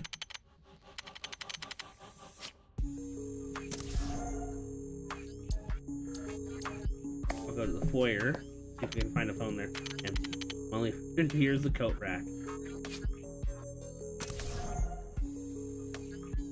Oh! Okay, this is how you get to the other rooms. We've already been in the sitting room. We've already been outside. We've already been in the dining room. Master bedroom. Wowza! This place is in complete disarray. I can't imagine what sort of struggle happened here. I can imagine a kind of struggle that happened here. Kinky struggles. Oh, god damn it! I'm sharing a fucking brain cell with this lad. That, and according to both Richard and Meredith's accounts, Mickey was still alive then. I guess I could check for a phone here as well. Aha! Right under a pillow. Bedazzled engravings in the shape of the name Mickey. Yeah, this is his phone. I wonder. Necronomicon, I need your assistance. Sure thing, boss! I bet this guy will be a freak. Who wants an old woman's bedroom? Please hold while we transfer your call.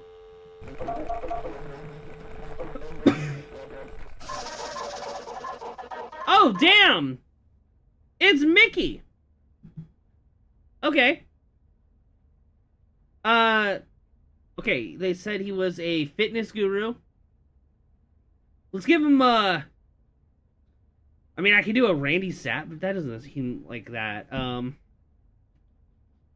Please tell me you're one of those ghostwriters here to do a post-mortem exclusive. No, but I'm a humble private detective here to do my job and get paid. I'd like to ask you a few questions. Wow! You're such a scrawny little dude. God, it's been ages since I've seen such a bad case of my parents didn't love me, so they never fed me right. Oh, this dude's a jackass. Excuse me? You just have that look to you, you know? It's not just that you're tiny and easy to throw around. It's something in your eyes. Like you're still trudging, but the light inside you has gone out before life even began. You look like you went to law school is what I'm saying. Him off to the side, rubbing his temples. Usually I love my job, but sometimes I regret that I can't kill someone twice. This is one of those days. Sir, Hey, don't worry. I get it.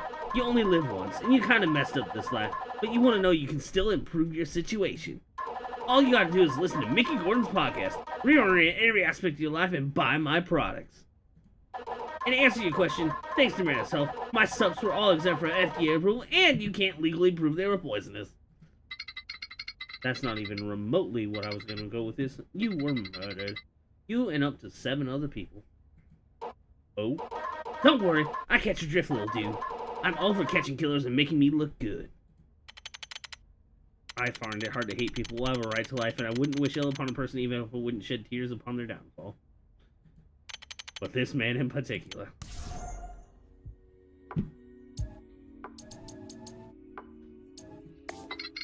So, tell me about yourself. What's there to say? A lot, actually. Women love me, men fear me, and I've got muscles for miles. Plus, I learned that I had a huge Christian following, so I got baptized live on TV by Leo Jackson himself. I'm basically the poster child for a strong Christian man, and I never even looked at a Bible. even in death, my ghost is still Jack. Maybe if I could do that ghost body possession stuff, you could have a gym bro finally growing inside you. The library is not a gym.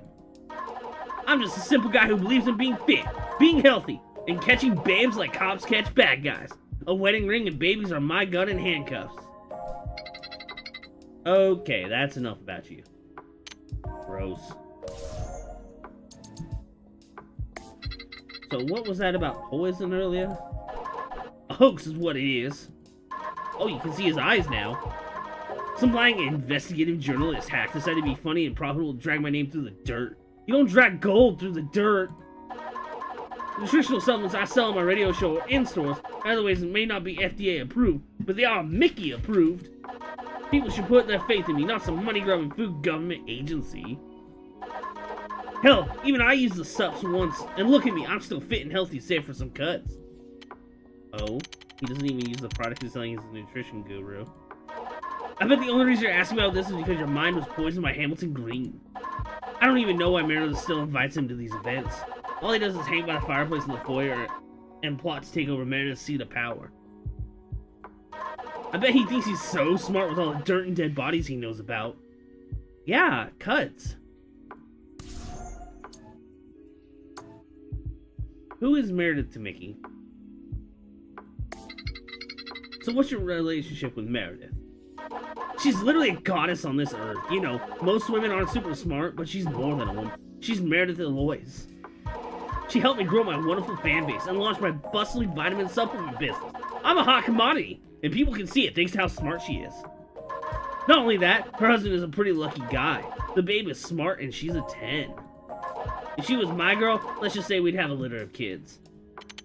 Straight people, you don't have to use childbirth as your point of comparison. Richard. So, you can confirm something for me. You were meeting with Meredith here early today, correct? Yeah, we were getting down to business and all that. And you were interrupted by Richard Torres, yes? Heh, I'm not gonna be grilled by some bite-sized dweeb. Try again when you hit puberty. Fuck off, dude. Oh, great, he's one of those. Looks like I'll have to find some kind of info to shock him into compliance.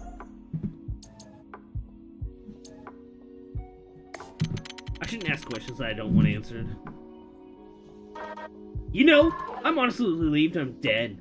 It means I died a martyr to men everywhere. He just started talking, all I did was think about asking. Even I feel like I have to ask. Yeah, I don't know about the cuts either, Fox. So, how did you get so fit?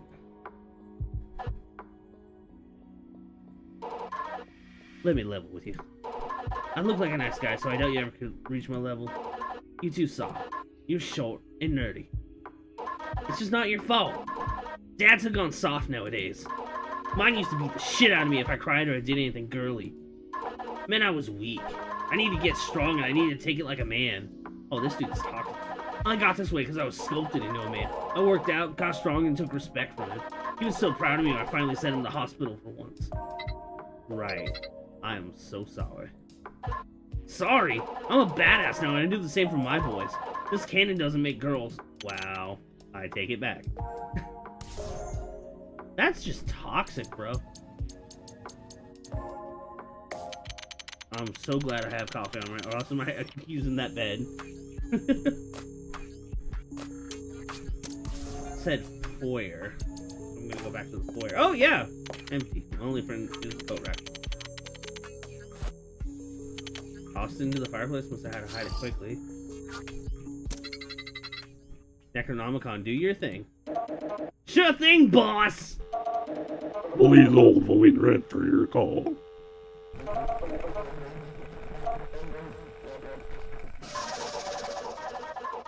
After dying, you'd be brought back as a ghost. I thought of the perfect lucrative business venture we could go into together. I'll let you in on the ground floor and even give you a loan if you can help me out. I just have a few questions about tonight. This got nothing to do with my offer, buddy. Just think about it, okay?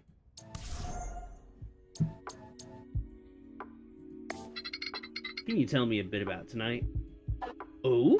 You wish to know about tonight? It was a straightforward night. The party happened and I got stuck mostly around in the foyer. I had a nice conversation with Richard. Watched him go upstairs, and he, Meredith, and Mickey returned together. Did you notice anyone else? No. I don't pay much attention to anyone I don't despise, so I'm not the person to ask. But what's interesting is this conversation Richard and Mickey had afterwards. Oh? Are you interested, detective? Ask me about the secrets of this place and I'll tell you.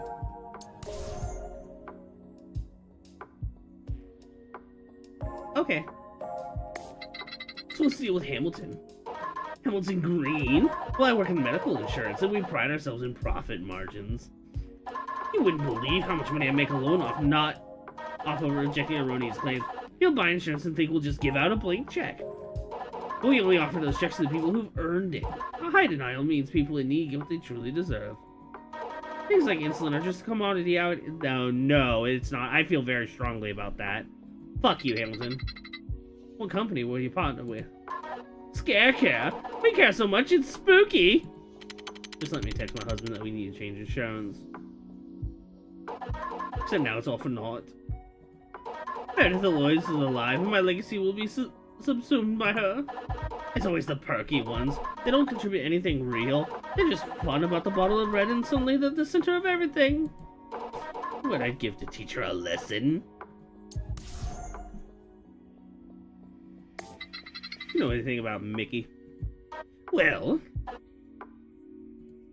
I'll tell you this because we're such good friends. But I'm not going to interrupt him for that. Mickey Gordon and Meredith are having an affair. It's been going on for a few months. The extra kicker is that... Well, you should talk to Mickey about that. I'm sure he'll accidentally give you something even juicier. I haven't told them for Leo Jackson.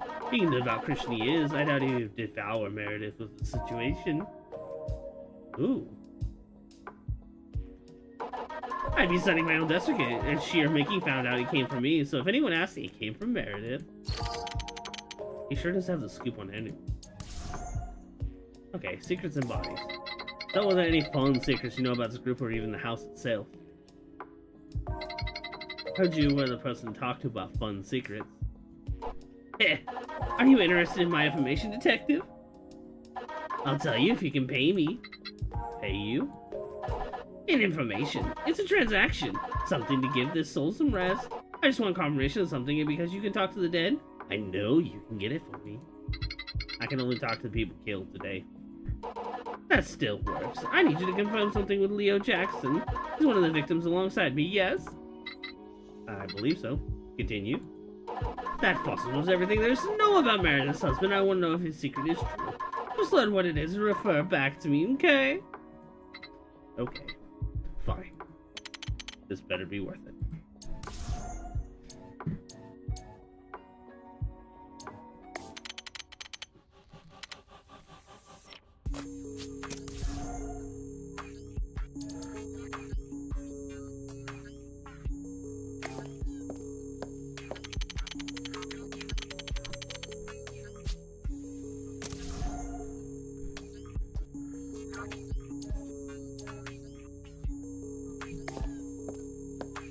Hi, Chi-Chi! Welcome in! Sitting room. Me and my husband love sitting.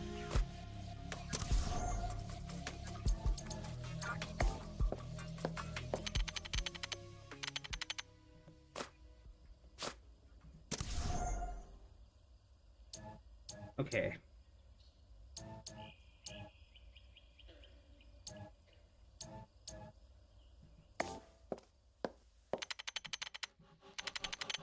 I'm a little lost because I've been to all the rooms. Go back to the foyer.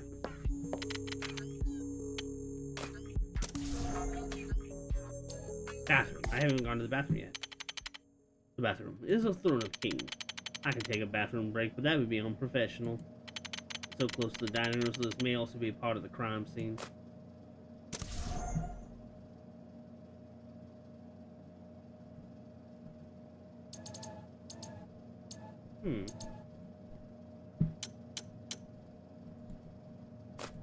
That's weird.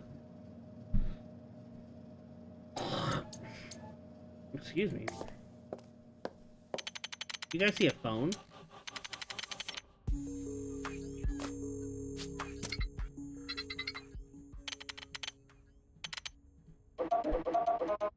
Please hold while we transfer your call.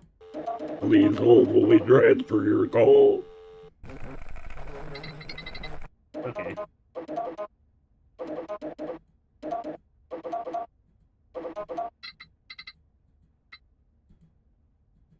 Nope, I don't have their phone. Well, I guess it means we have to go phone hunting. Okay. Let's go back to the foyer.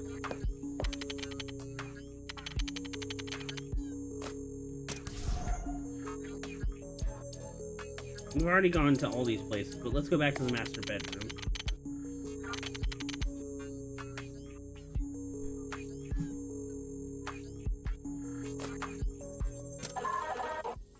Hey, what's up, Buttercup? I just have a few questions. Also, you should probably know that Meredith confessed. Huh?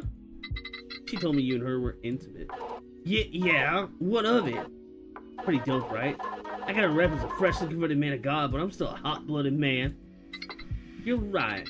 I think the whole world would love to know about it, too. I'm sure that'll do wonders to yours and her reputation.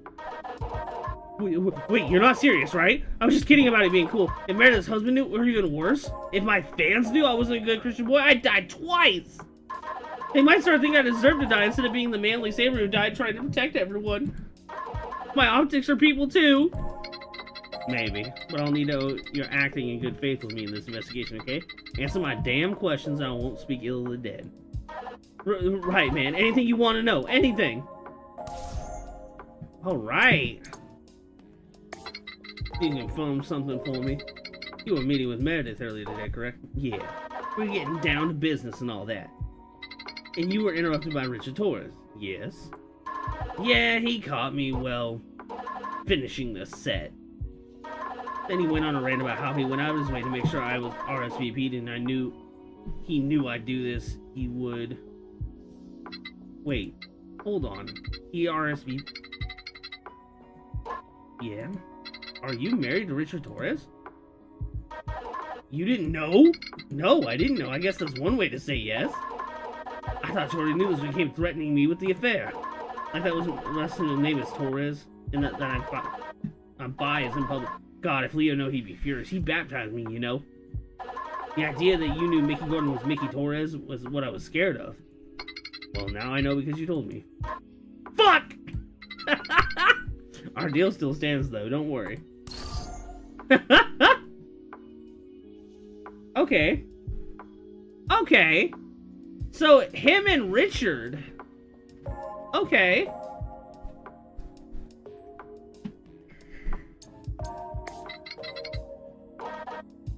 Okay, we already... I just wanted to make sure. Please don't tell this to her husband. He scares me. But you're already dead. Just help a homie out here, please. We are not homies. Fine. Excuse me. I shouldn't ask questions that I don't want answered. You know, I'm honestly relieved I'm dead. It means I died and martyred to men everywhere.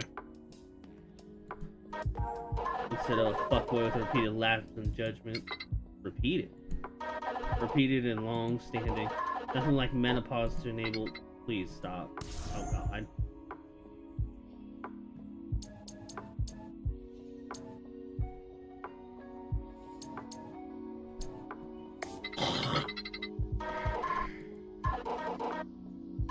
A lion investigative journalist decided to be funny and probably drag my name through the dirt. You don't drag gold through dirt! The nutritional supplements I sell on my radio show in stores, and otherwise might not be FDA approved, but they are Mickey approved. People should put their faith in me, not some money-grubbing food government agency. Hell, even I used the subs once, and look at me, I'm still fit and healthy, save for some guts.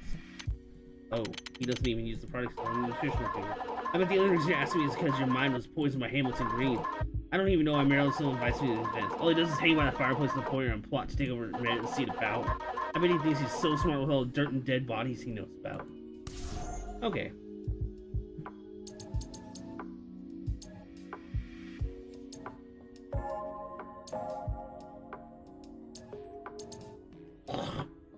Excuse me.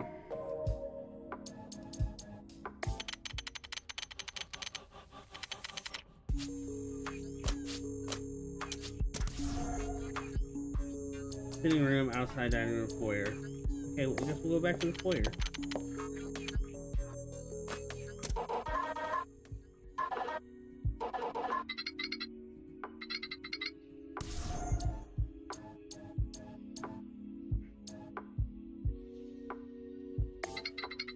So, are there any fun secrets you know about this group or even the house itself? I heard you were the person to ask about fun secrets.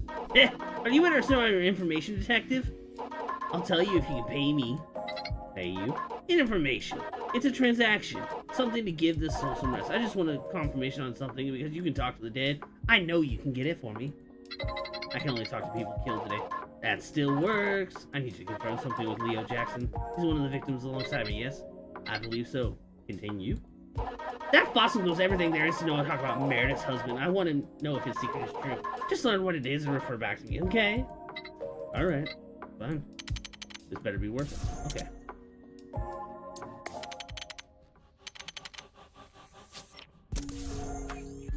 Go outside. I'm gonna talk to Richard. How can I assist you? You said your husband was one of the victims. Did yes. I just want to clarify who that husband was. I refuse. Saying it like that just makes it feel like it's more important than it actually is, you know? Okay.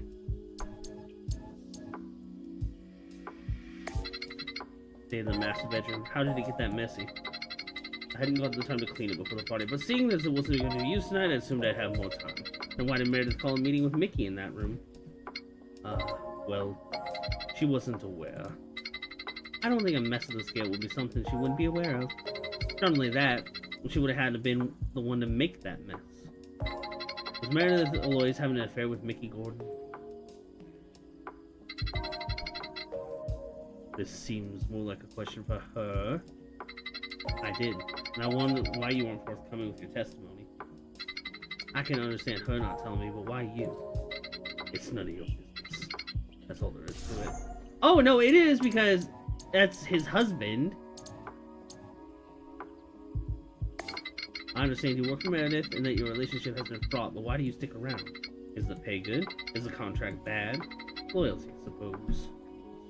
Loyalty to her, loyalty to what she represents. Or was perhaps in hopes of helping my husband. How so? Connections are everything in life. Without them, can't rise in your field, let alone medical industry. Okay. How are you feeling? Under a sudden line of questioning. Better not poke the bear.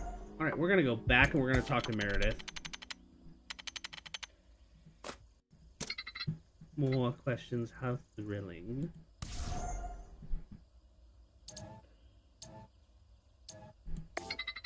Well, looking around, I found Mickey Gordon had left his phone in the master bedroom.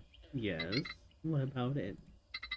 I also saw the state of the bedroom, so I need to ask. Did you have an altercation with Mr. Gordon? Her face looked almost relieved when I said altercation. Interesting. Altercation? Heavens, no. Why would we have returned if we had fought? I'm sure even Alexander would attest to this evident truth. Then it must have been an affair. The room was in complete disarray, so I can hardly imagine what else could have caused it, nor the alleged argument you had with Richard. How did you... No, that's... You miserable little wretch! This conversation is over! If you tell anyone about this, I will bury you! Now I'm certain of it. Maybe I can get some information on Mickey's ghost with it. Okay, I already did. Wait! She's actually walking away. Uh-oh. Meredith and Richard are all out here.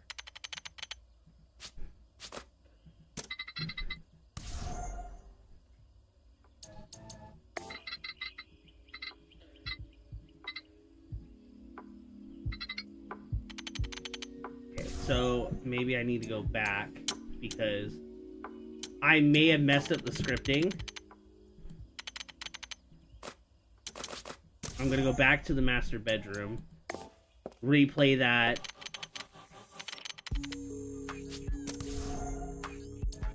Dialogue line.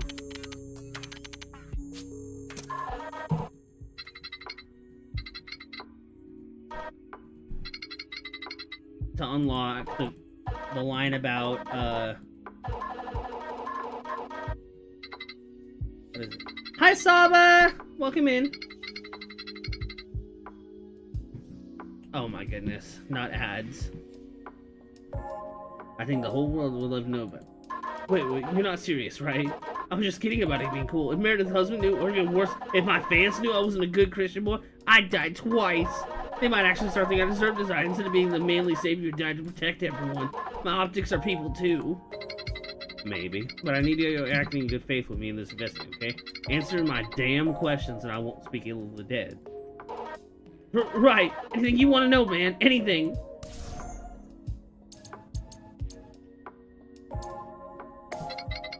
Something for me.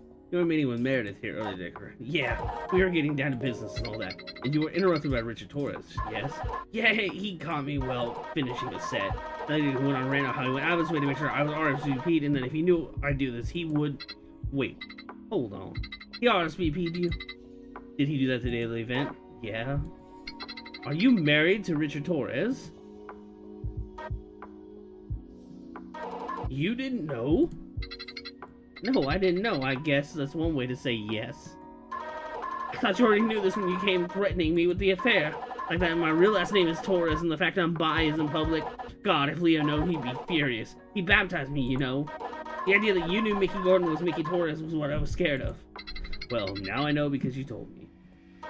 Fuck! Welcome back, Medalist. You're on your last 30-minute break of the day? Fuck yeah, dude. Our deal still stands, though. Don't worry. Okay, I'm gonna go, now that I have that line done, I'm gonna go talk to Richard and see if that unlocks anything about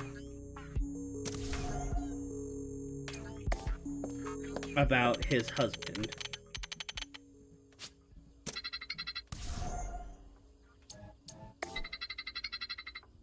You said your husband was one of the victims. Did I? Yes. I just wanted to clarify who that husband was. I refuse. Saying it like that just makes me feel like it's more important than it actually is. Okay. So it's definitely... What do you need? How you holding up, champ? There's at most 5 years difference between us. Don't call me champ.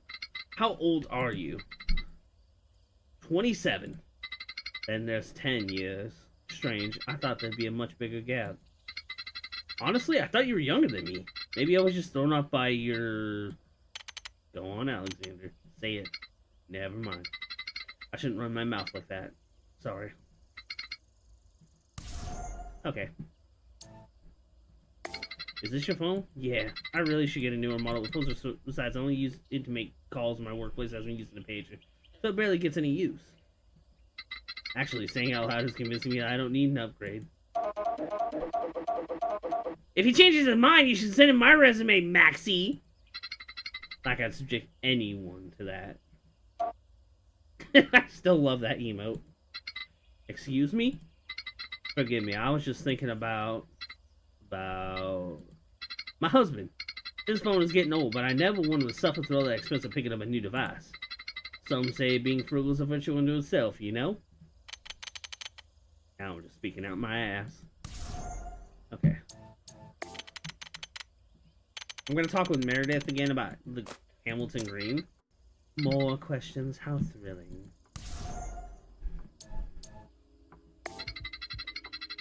What's your relationship with Hamilton Green?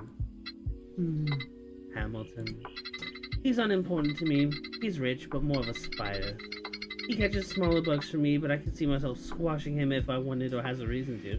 I wouldn't mind being squashed by her thighs. I mean, yeah. He's not annoying enough to destroy, but not useful enough to me to see him otherwise. Brutal. How are you holding up? My house is a murder scene. What do you think? Poorly. Answering rhetorical questions doesn't make you unique. It makes you annoying. Okay. Well, looking around, I found Mickey Gordon left his phone in the master bedroom. Yes? What about it? I also saw the state of the bedroom, so I need to ask, did you have an altercation with Mr. Gordon? Her face looked almost relieved when I said altercation. Interesting. Altercation? Heavens, no! He would have come to the party if we had fought. I'm sure that even Alexander could attest to this evident truth. And it must have been an affair. The room was in complete disarray, so I can hardly imagine what else could have caused it, nor the alleged argument you had with Richard. How did you... No, that's... You miserable little wretch. This conversation is over. If you tell anyone about this, I will bury you. Now I'm certain of it. Maybe I should get some information out of Mickey's ghost with this. I already did. Wait, is she actually walking away? Uh-oh.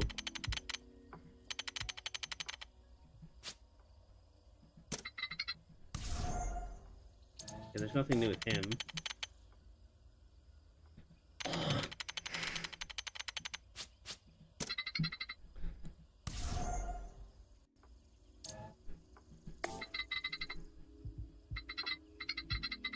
Loyalty, I suppose. Loyalty to her, loyalty to what she represents. Or perhaps it was in hopes of helping my husband. How so? Connections are everything in life. Without them, you cannot rise in any field, let alone in the medical industry. Okay.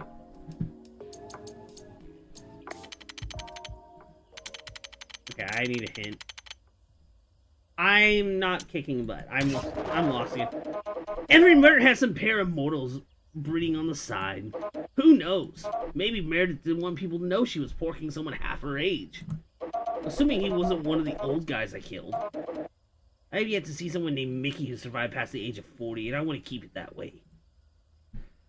I already talked to Mickey, though. I think I may have soft-locked myself. Whoops. I don't know. I'll check here in a little bit, but I'm going to go to the foyer. Maybe I missed some information with Mickey.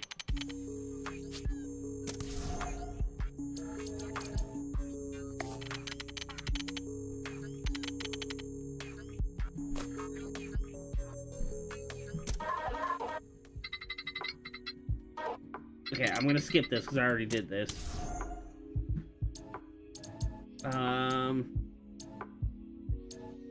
Workout routine. Fuck it. So, how did you get so fit? Let me level up. Oh my goodness. You're too soft. You're short and nerdy. It's not your fault. Dad's gone soft nowadays. Mine used to beat the shit out of me when I was weak. I need to get strong, and I need to take it like a man. I only got this way because I was sculpted into a man. I worked out, got stronger, and I took respect from him. He was so proud of me when I finally sent him to the hospital for once. Right. I'm so sorry. Sorry. I'm a badass now, and I do the same for my boys. This cannon doesn't make girls. I take it back. But he's bi, though.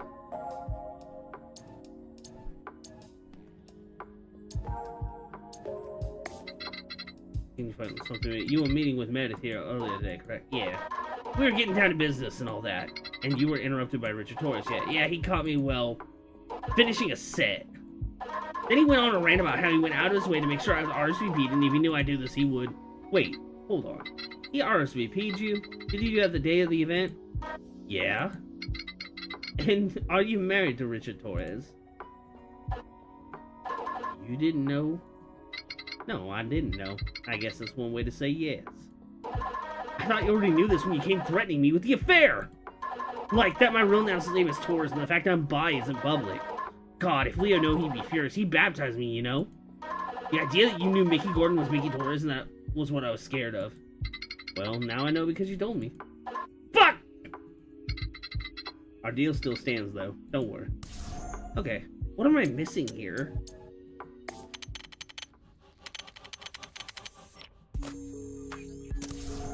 Go back to the foyer. Maybe I missed a ghost in the bathroom?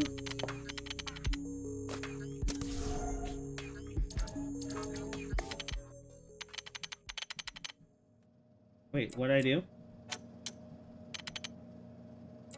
Quit touching stuff.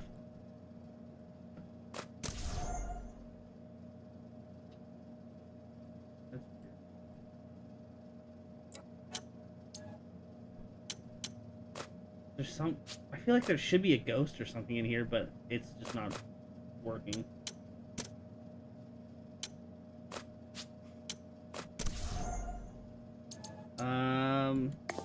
Because the dining room ghost, I still don't have the phone for. Outside, foyer, sitting room. I've gone into the sitting room, but there's no ghost in there.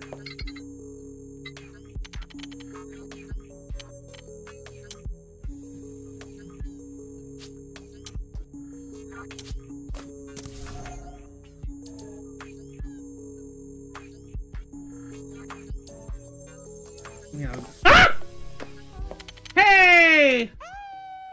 Michelle Mabel! Thank you so much for the follow! That puts us at 258, I think. Welcome to the pack, Little Sprite. Welcome in! Hello, hello! If this is your first time seeing me, hello, my name is Siku the Wolf. I'm the 7th son of Cerberus, and Little Helen that likes to play games. If it's your first time, welcome in. If it's not your first time, welcome back. We're playing Dead Ringer, a visual novel game that I absolutely am sucking at.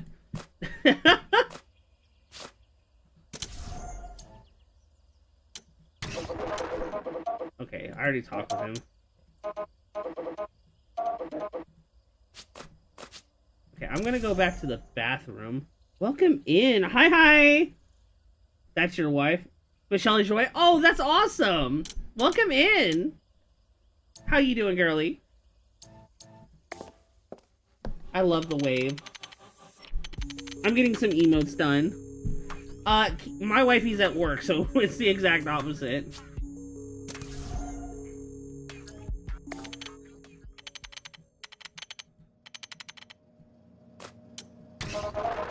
It won't help the guy who ended up dying on a toilet. They didn't get to kill him. Mine would have had more knives or collateral damage. Death by shitting your guts out is just tacky. Okay, that was not helpful at all. You're good? Just chilling? Fuck yeah.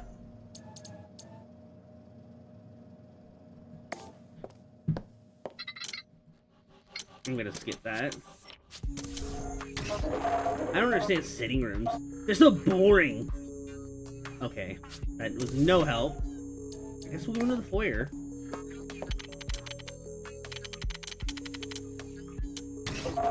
Hamilton Green. His name is Green because he likes money. The man seems like he wants something out of you. Ghosts love to trade information.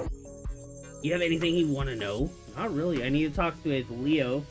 She called in because she was sick. Oh no. I'm sorry. I hope you feel better. Okay, well. What other place? I guess we'll go to the dining room.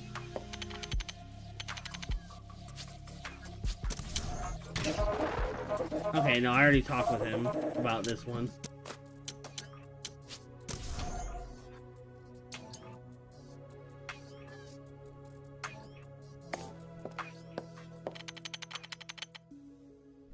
I think it was more anxiety than sick. Oh, that's fair.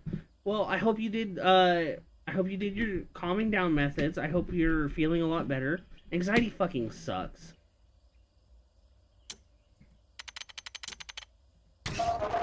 Okay.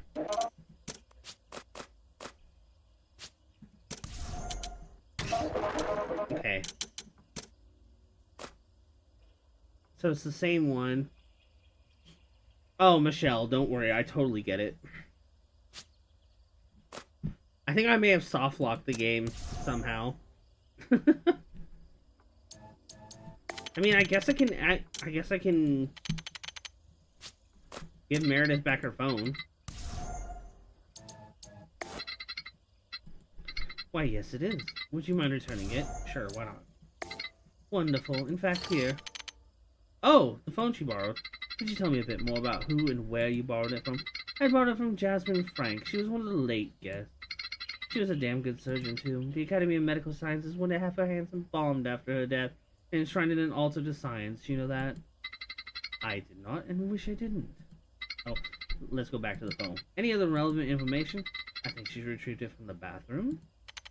I'll have to go in the foyer and check it from there. Okay, so now I actually have the phone. I may not be soft locked. I may just have been a fool and... Let's go back. Go back to the foyer. Then go to the bathroom here.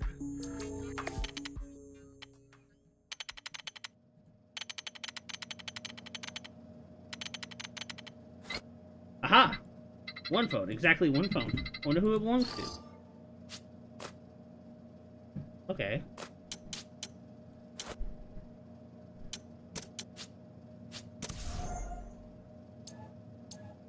I'll go to the dining room from here. Girl, I hope they, like I said, I hope you had your snuggle buddy near you. I have I use plushies would help with my anxiety when wifey's not here. And then when wifey's here, if I'm having an anxiety attack, I'll just run. Or if I'm paralyzed, because I get bad anxiety too. If I get paralyzed, she'll run over and hug me.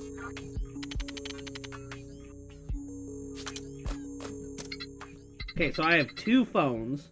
I got 2 of them. One from Meredith and then one from the bathroom. Please hold while we transfer your call. Please hold while we transfer your call. Emergency cuddle buddy, yeah. Okay. Damn.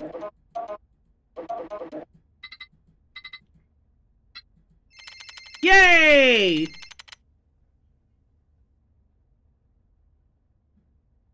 Oh, shit! Silence Puff, welcome in, thank you for the follow! Silence Puff followed your channel. How are you Welcome to doing? the pack, Little Sprite. Hi. If you don't know me, my name is Sakuda the Wolf. Welcome in. If you're new, welcome. If you're not new, welcome back. I'm the 7th Son of Cerberus, and I play a lot of horror and murder mystery type games, and yeah, this kind of shit. Silence is friend-shaped. Aw, that's awesome. I'm doing pretty good. We're playing murder mystery. I finally found the phone for this guy, so you have to find their cell phones. And then the Necronomicon is a landline phone that's attached to you, so you use that to speak to the ghost. Oh, well, thank you. Thank you so much. I appreciate that.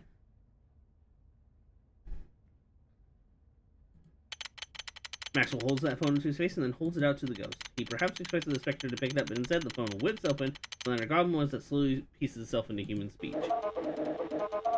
Please hold while we transfer your call.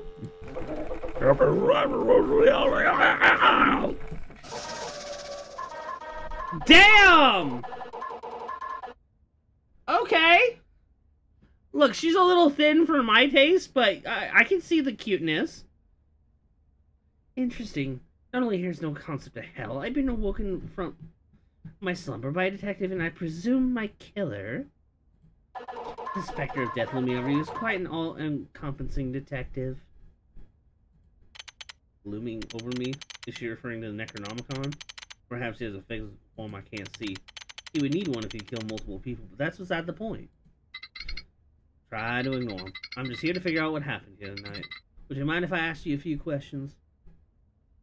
I appreciate Metalis. Thank you so much.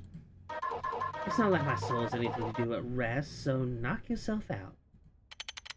Judging by the caller ID on her phone, this person seems no other than Dr. Jasmine Frank. She's a surgeon with a wait list longer than the Golden Gate Bridge and seems relatively unbothered by the concept of death. I guess I'll have to find a different doctor if I get an arm locked off tonight. Jesus fuck. Okay, so it's time to whip out my question. Oh. Okay. Can you tell me a bit about yourself? It's to help build. You don't need to explain it. I understand what you want. It's simple. I'm a general surgeon who couldn't stop at one specialty. All mortal flesh is a work of art that I craft and restructure to my liking. That's how I see it. We don't like this control of ourselves that someone may change what's already written in our bones, whether erasing an injury, readjusting our physical state, or even tampering with our minds. Surgery is truly a beautiful endeavor. Which is why it's my only regret, to die in such an ugly way, to have my hands go to waste. Death is not something I feared. It's always the way you die, not the inevitability of it. Well then, she's certainly forthcoming about her inner workings. Do you have a spouse? Kids? Neither. Relationships are for business, not for pleasure. Well, at least she doesn't entirely forego human connection. Okay. So tell me about Snap. Was there anything that stood out to you? Party starts, phone gets taken, I tolerate small talk with Dr. Edwards. I sneak upstairs to retrieve mine and her phone.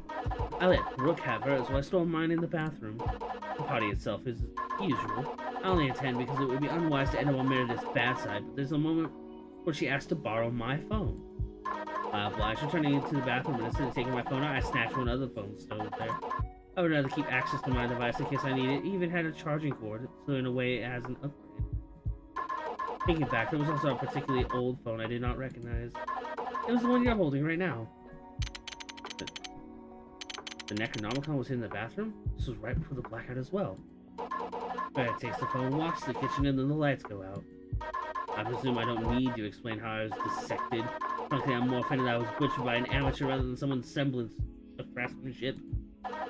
Oh, okay. So it's probably not the nurse. It's probably not Alexander.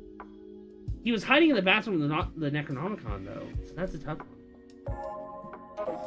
Hey! I'm artful, aren't I? I'm an abstract and splattery! You think so, right, Max? I deal with corpses in my job, but I don't necessarily think about them as odd. Makes me squeamish trying to see this playing and messing with organs. Okay. So, you said there's no hell. What is there then? I don't know how to describe it. It's a bit hazy in my mind, it's hard to describe, but it's not hell.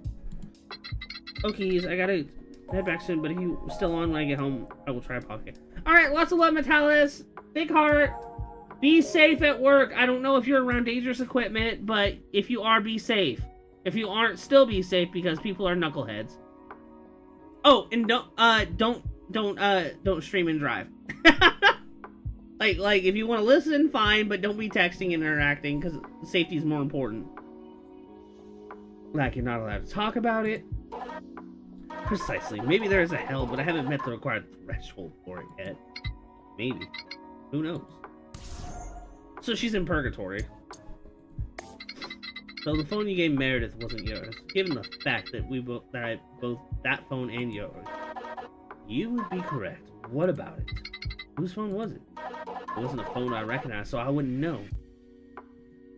Which means it either belongs to another guest who she doesn't know as well, or maybe it belongs to... I should confirm that later. Okay. How do you feel now that you've... Indifferent. I'm surprised you have the confidence to ask a dead woman about her thoughts on death. Is there someone I could deliver last words to? Someone who needs closure? The hospital I work at could use theirs now that their cash cow was ground into a burger. Very blunt. Oh, please inform the Academy. They can still enshrine my hands if they're still presentable. Right. Maybe not. Okay. You know any good spots that other victims would have hidden their phones? It seems like their souls got a bit liquefied with all the trauma and gore, so I need the devices to cobble them back together. Right. I guess there's Leo. He acts like he's too old to use anything but a page on a landline, but he just leaves it in his coat. Coat rack. I've seen him get caught in the act before, so I'm confident it'll be there. There was a coat rack in the foyer. One of those coats has to be his. Okay. Well... I do like her dress. It's very sparkly.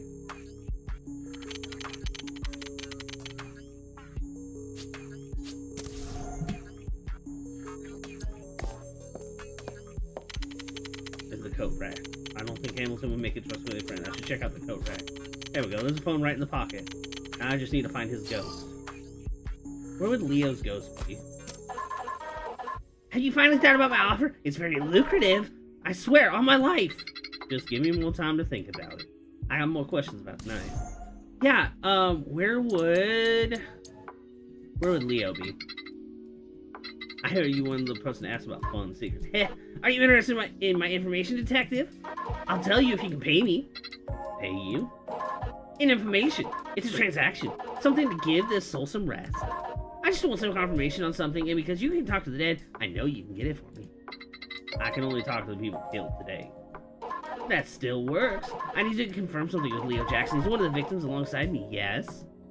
I believe so. Continue. That fossil knows everything there is to know about Meredith's husband, and I want to know if his secret is true. Just learn what it is and refer back to me, okay? Alright. Fine. This better be worth it.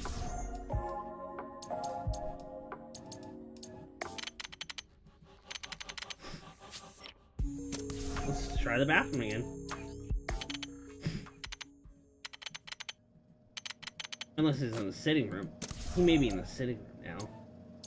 Go back to the foyer. Ah! Medalist! Thank you for the 5 subs! Truly helpful. 5 subscriptions.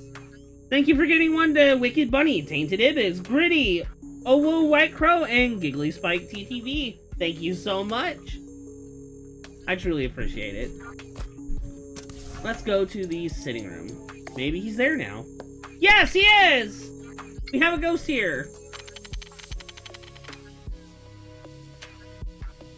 Me and my husband love sitting.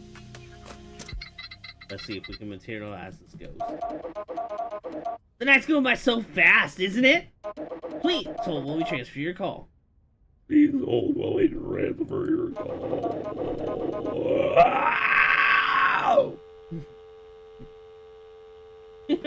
Lots of love, buddy. Thank you so much, Metalis.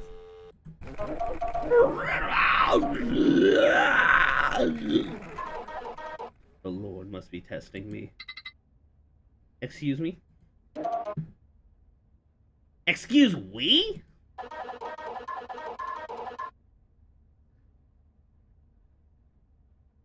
I love Sly Cooper. Sly Cooper is one of my favorite. Okay. Carmelita is one of the reasons I'm a furry, okay? Here.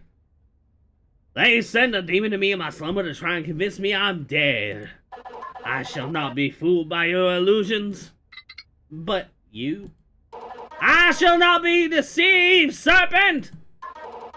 Yeah, though I walk the valley of the shadow of death, I will fear no evil, for thou art with me, thy rod and thy staff, they comfort me. Now leave me be, Spectre. The enemy hath no power over me. Oh, this one's gonna be fun! I think he's refusing to materialize until you prove he's dead. Prove he's dead? Oh, you know! Think your mortals have phrased proof of life? Try giving some proof of death. The sitting room. Okay.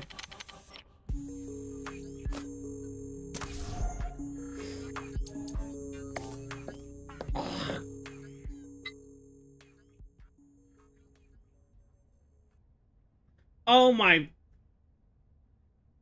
Damn it! Shit. Fox, damn it!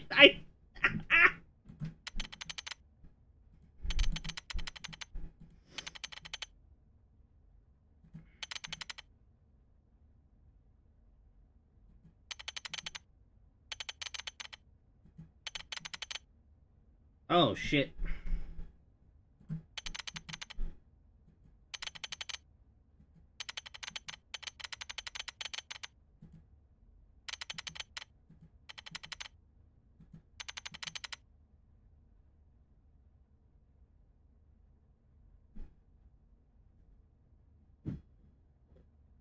I know, right? I'm so sorry about this. What the hell, detective? You look so dreamy like that. All you're missing is a freaky mask and you'd be so ready for a night out on the town. Shut up. I love these fucking emotes. Seriously, stop. You know what? After you fail to solve this case, and I can spend some quality, you and I can spend some quality time together. Hell, I wouldn't mind you having a go at my new body with a bread knife. Oh shit.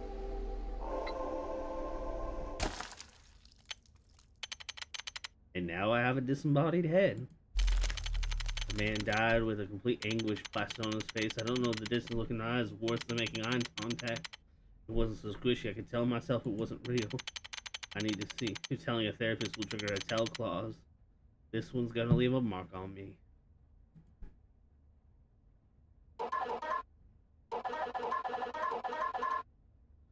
Could have been neater. The grip on the knife was too tight that made your cut sloppy. I just wanted to get it over with. No, she's right! There's an art to it. That way the mortician will struggle to stitch it back. I mean, it's not like he was getting an open casket funeral after what I did to him, but at least he wasn't decapitated. Fixing the sloppy cut would be no problem for me, but one cannot find genius among butchers. All I ask is you don't try dissecting me. At least go to medical school first, or take a culinary class. All in all, C+. At least I can respect that you not break into tears. That's right, Max! Don't give up. You have to make yourself a great beheader! Why am I being graded on head, Severin? I love visual novels so much. Okay, I was worried I soft-locked it again.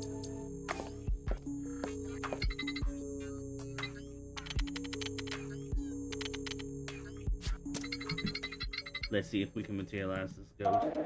The night's going by so fast, isn't it? Please hold while we transfer your call. Please hold while we transfer your call. Let me out. Once again, I tell you, you do not have. Is that? And Moses said unto the people, fear you not, stand still and see the salvation of the Lord. The Lord shall fight for you and shall hold your peace. I must hold my peace. Hold. That's my head. Oh, he looks so soft. He looks like he could give a nice hug. I just like to ask some questions and find the person who caused this. Let's see. I was not destined for the pearly gates because I'm still needed on this earth. Oh, if there were pearly... Oh, if you were pearly gates, that's not where you are headed! I'm gonna have fun with you. I'll just return the head to the dining room later. Oh. About tonight. Can you tell me about tonight? Surely. I arrived an hour early so I may pray over and bless the prepared courses for tonight. I also provided spiritual counsel to Meredith's husband. He seeks my advice quite often. He left once the party started, so I joined the flock in mingling. I spent most of my time in the sitting room, which was relatively undisturbed. I took this moment straight from Esther, as I appreciate her story. She rises to power in the kingdom of Persia and prevents the eradication of her people. Even the frailest lamb can be a powerful emissary of the Lord. I just realized he's a sheep! He's a sheep because he's a lamb of God. Oh my god, I love this game. Right. You said relatively undisturbed, so there was a disturbance? Yeah. Alexander came into the room and asked me if there was a charge in the station. I presumed it had to do with the phone, so I shoot him off, but I soon became hungry. I joined the others, and then you know the rest.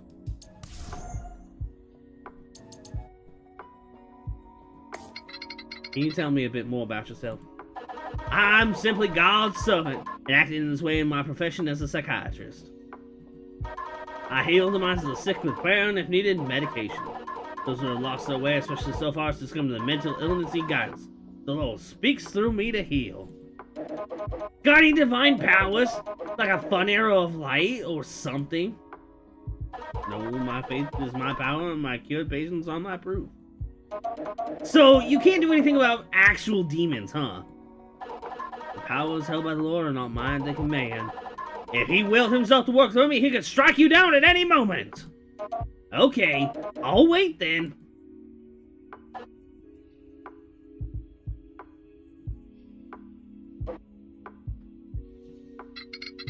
Anyhow, you're a God-fearing psychiatrist. You have a family. I had not been blessed with a wife during my time on Earth, no offspring. You have a special woman in your life? I have a husband. I don't wear the ring when I travel, so I like to keep my personal and my professional life separated. But I don't hide the fact if asked. Unmarried then. I see. Yeah, I will forgive you as long as you continue to work hard. Do your job and find the killer in God's name.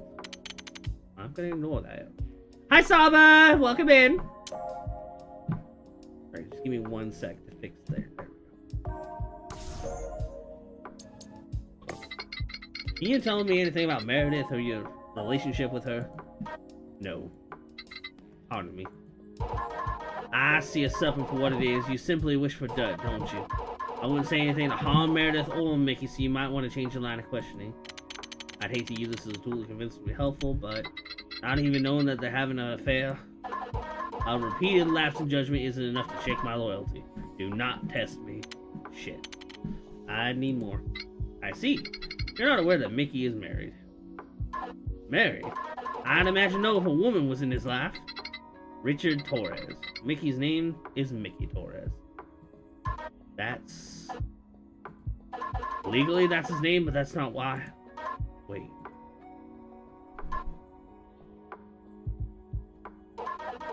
What you want to know is about Meredith's husband, not Meredith herself.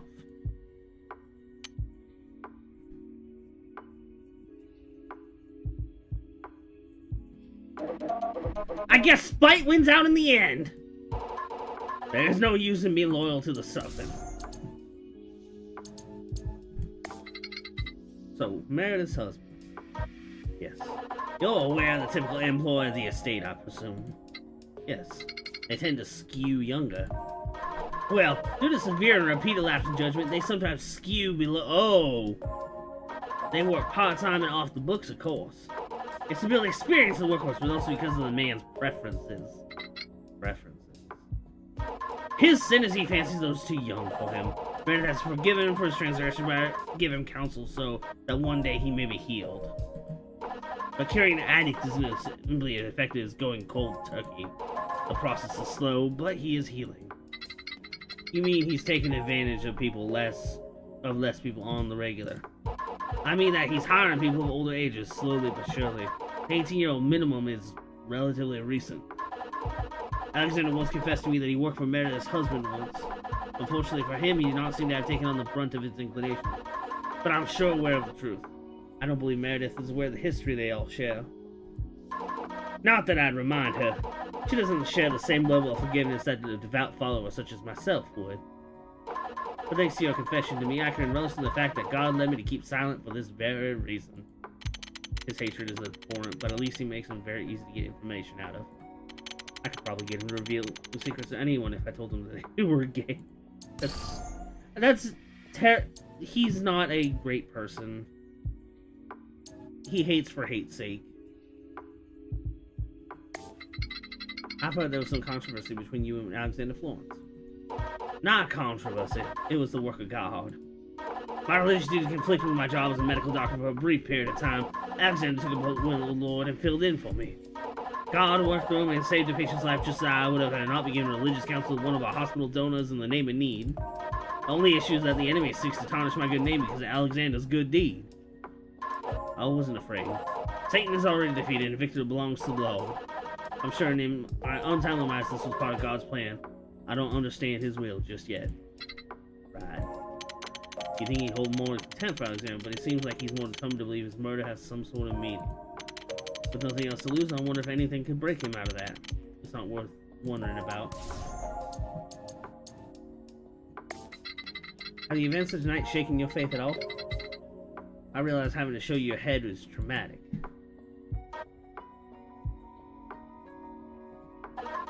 I don't misunderstand.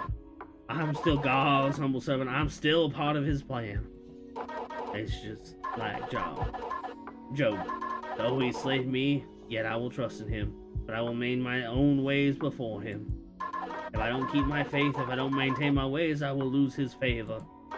I must trust that there's a reason I must die, while so many godless sinners yet breathe. Well, no one deserves to die, really. Well, that does help get rid of annoying people. Even the demon knows your godless words are limp against divine truth. If God wills it, life can and should end. You do not have a right to breathe if God deems you unworthy of it. So I guess you were unworthy. The Lord is testing me yet and still. Damn, okay.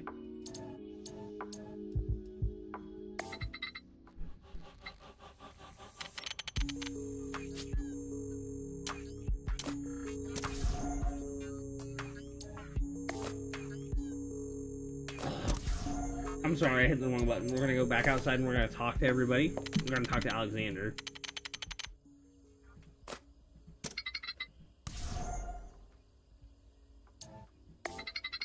What was your relationship with Leo Jackson? Him? Oh. He was creepy. I thought he could help me with a problem I had, but he was just... I understand. I imagine he wouldn't be a very understanding person. He was understanding the wrong people. I don't know why a lot of the characters go Southern. I did that. I did the God-fearing pastor with Leo on purpose. I'm not trying to do a Southern voice with Alexander. I'm trying to give him kind of a med school, like prim and proper, but not hoity-toity, if that makes sense.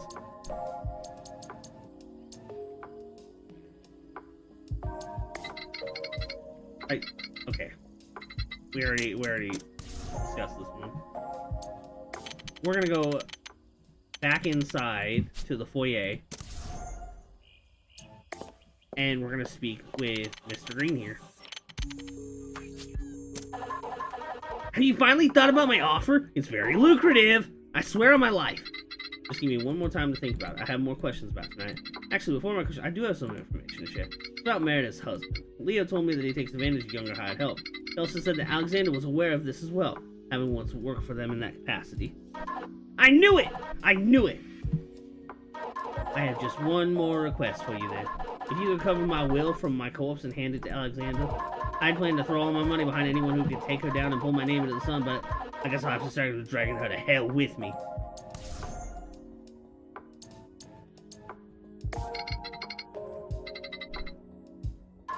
You've been so kind to me, so I'll tell you. You already know about the many Meredith seeds, so I don't be used to you, but I do know secrets of this house. Voices carry and so do mumblings. I believe you mentioned something about Felix McCain. You're still looking for him, he's nowhere in this house. I've all but assumed he just went off in the woods at this point. That's right. Well, there's one place he could hide, and that would be the attic. His passage is hidden in the storage room. It's along the back wall, obscured by boxes. There's a brick that's supposed to be removed from the wall to let down a ladder to it. I always wanted this house. I would try to get every last drop of information about history and construction. I dreamed about the day I would wrest it from Meredith's clutches.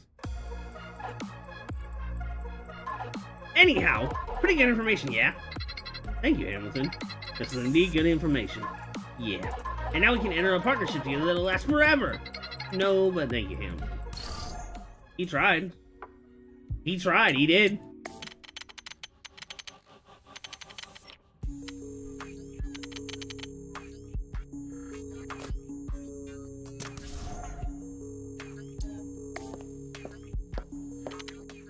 Strange.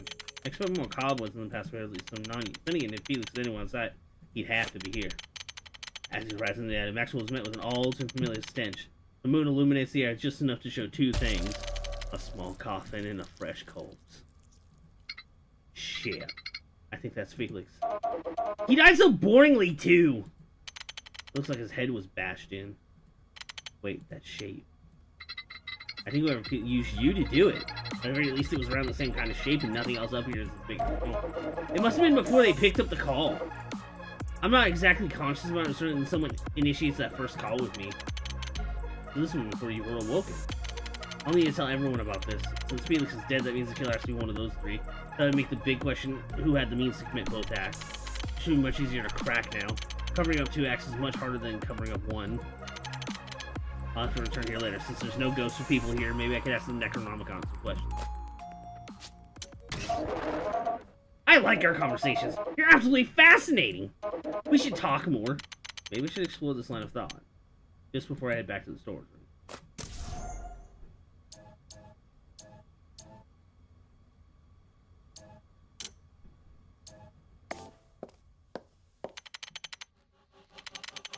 Oh. Alright, if you call this my IC of proof on who's guilty, we're able to figure out what happened. Felix McCain.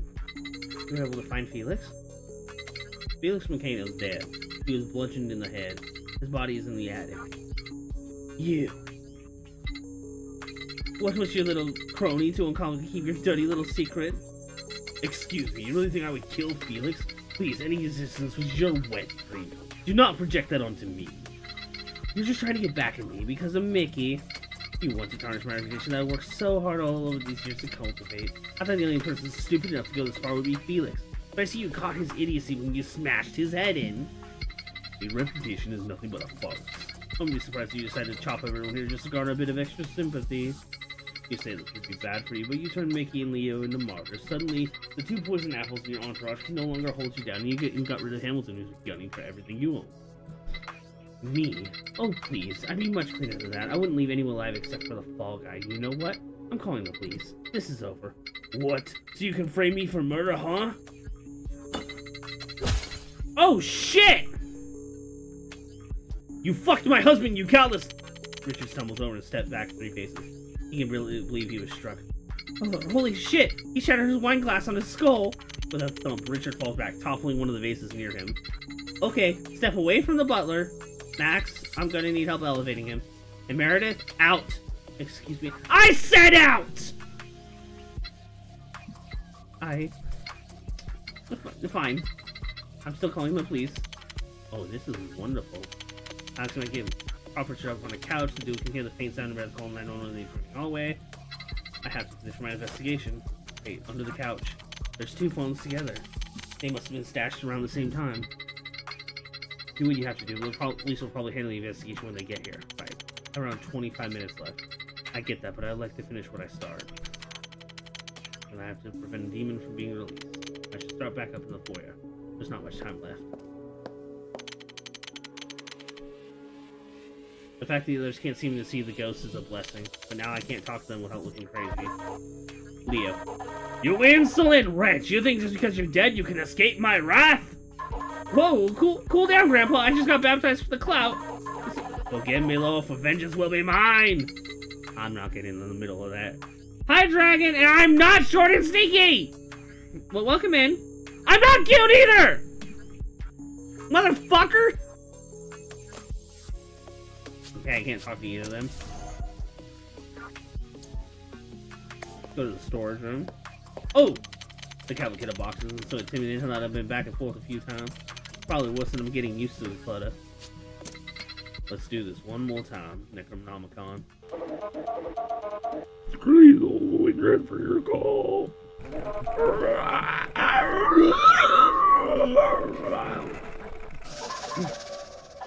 What do you want? Being dead doesn't make my time any less precious, so out with it.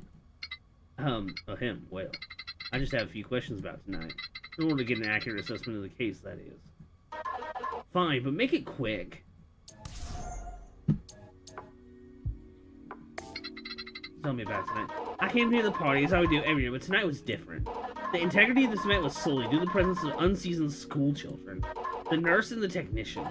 They weren't here because of the accolades. The nurse was invited because he was on TV, and the Carters neglected their obligation to this event by sending their child in their stead. Impressively, they are somehow less experienced than Mickey Gordon. Rest in pieces. Well, at least shows respect for the dead. Worst of all, early in the party, that nurse had the gall to leave the facilities with the help. Whoa. Him and... Oh my god, it is Alexander. Eat my water and drink my food?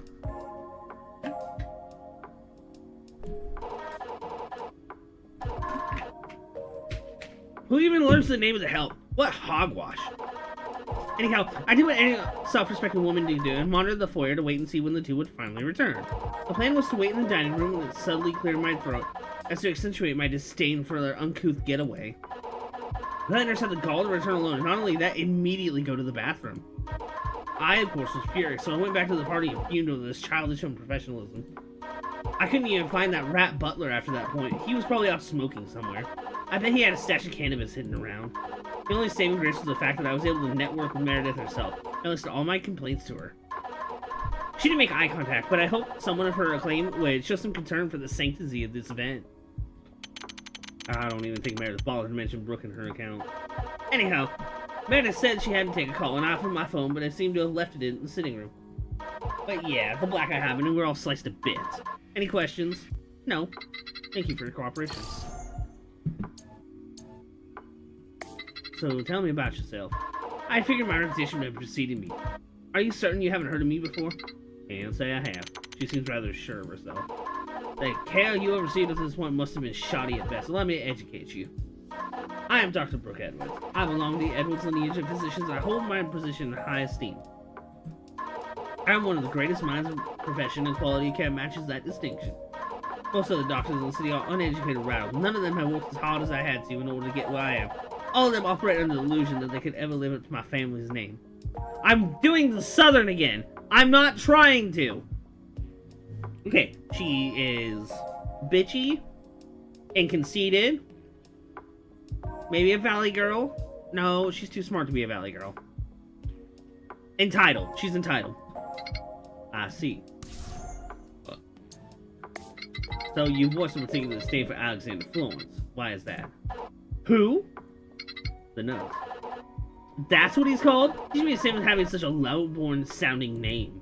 I'm annoyed, but not by the wellness of what he represents. The youth of today have a revolting sense of entitlement. Alexander thinks being invited to this inner circle means he's some kind of genius. Meredith could be forgiven for allowing Shay's attendance. It was necessary for the Carters to represent him in some capacity. Our families are in partnership, after all. But Alexander, and all his resume is one fancy internship and an inflated ego. People like him have no respect for their seniors. I see. Is there anything else? No. Why would there be? She doesn't even know him. She hates the fact that he knew the profession. Apology. My mistake.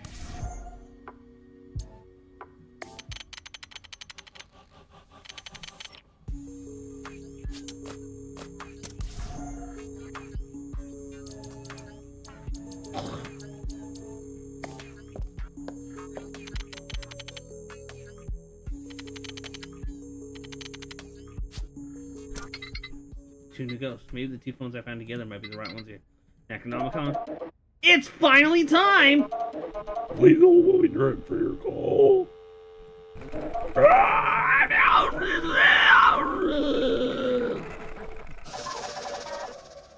I can't believe we're ghosts. I thought there was no afterlife, but this is so much more stressful. It'll be okay, Shay. You're not alone in this experience. We can figure this out together. Remember, the most important rule? Foster curiosity, not fear. I'm sorry. You were such a good teacher and I died to screw up. It's an insult to your work. Please, you don't need to prove yourself.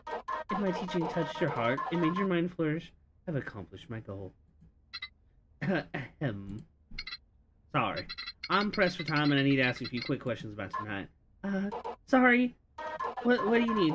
We would be happy to help.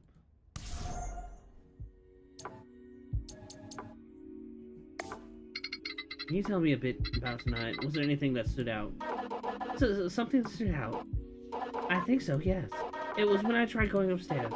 I had a hard time going to the bathroom if anyone was waiting on me, so I go to the guest bathroom, but Richard was arguing with Mickey and he yelled at me for trying to go upstairs. He was so angry I didn't know what to do, so I just used the downstairs restroom as quickly as I could. He shoot even Hamilton out of the foyer. And for me, I heard about Richard from Shay, so I went to go check on him. It was around this minute or two before the blackout, but he was making his way outside. He ignored me when I called for him, so I just assumed he didn't want to be bothered. So Richard was outside during the blackout. Wait, that reminds me. Necronomicon, with your kill spell, can leave.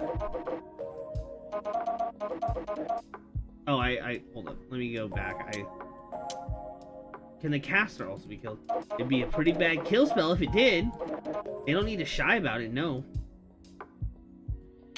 They wouldn't need to be outside necessarily. Oh? One more thing.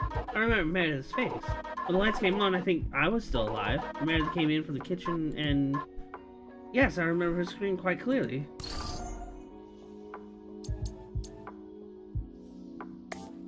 So you two seem pretty close. How did a teacher and a student become such good pals? Shay was simply too shy to talk to anyone else before my classes. Not that I'm their only friend, because I'm sure they will make plenty after me. Maybe a few, but I wouldn't say plenty. Professor Valdez is a cherished mentor to me. He helped me open a lot, and now I'm better now because of him. So you feel like you owe a lot to the professor? I guess. In a way, I owe him my life. Oh, Shay. I didn't know I was important in your life. It's a good thing you took my class, though. I cherish all my students, but you touched my heart. Settle something for me. Coffee or tea? Why not both? Tea. Coffee's too bitter for me. Weak answers. Coffee should always win out. Oh, please, Professor, don't tell me you have at least a little preference for one. I guess I go with coffee. There has to be plenty of sugar, beyond saturated to be precise. I need to go to the chemistry lab. I came up with this method, you see, which I was able to create a supersaturated solution of sugar and coffee. This delicate, fragile thing, a single bump would collapse and render it a dark sludge. But it was worth it.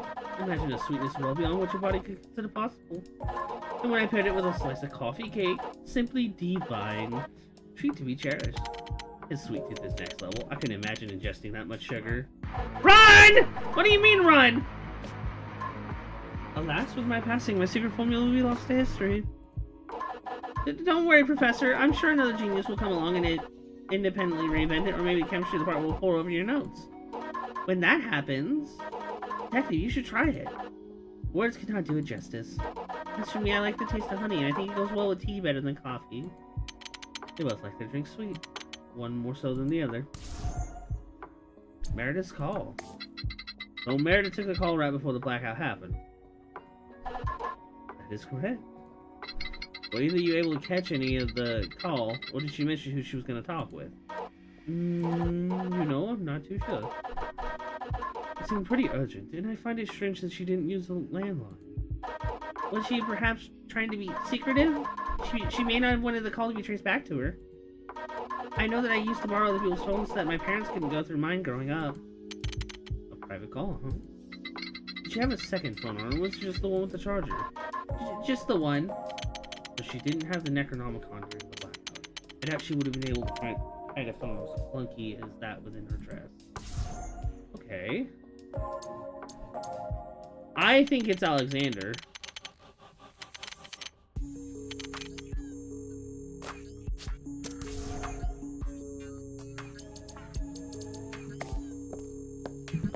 Oh shit!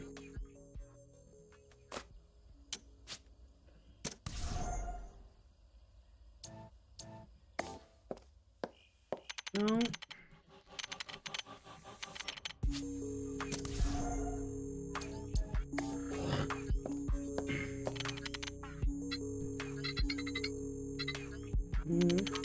How much time left? Need to get a move on. What do you need?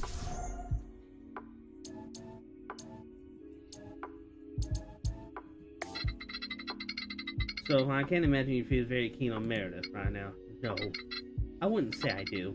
She's so intense. The idea that someone could just... I guess one of us did kill 8 people, so I shouldn't be that surprised. It just feels like something so small to bludgeon someone. Seem to keep people killed for less. All it takes is one act of passion. I guess.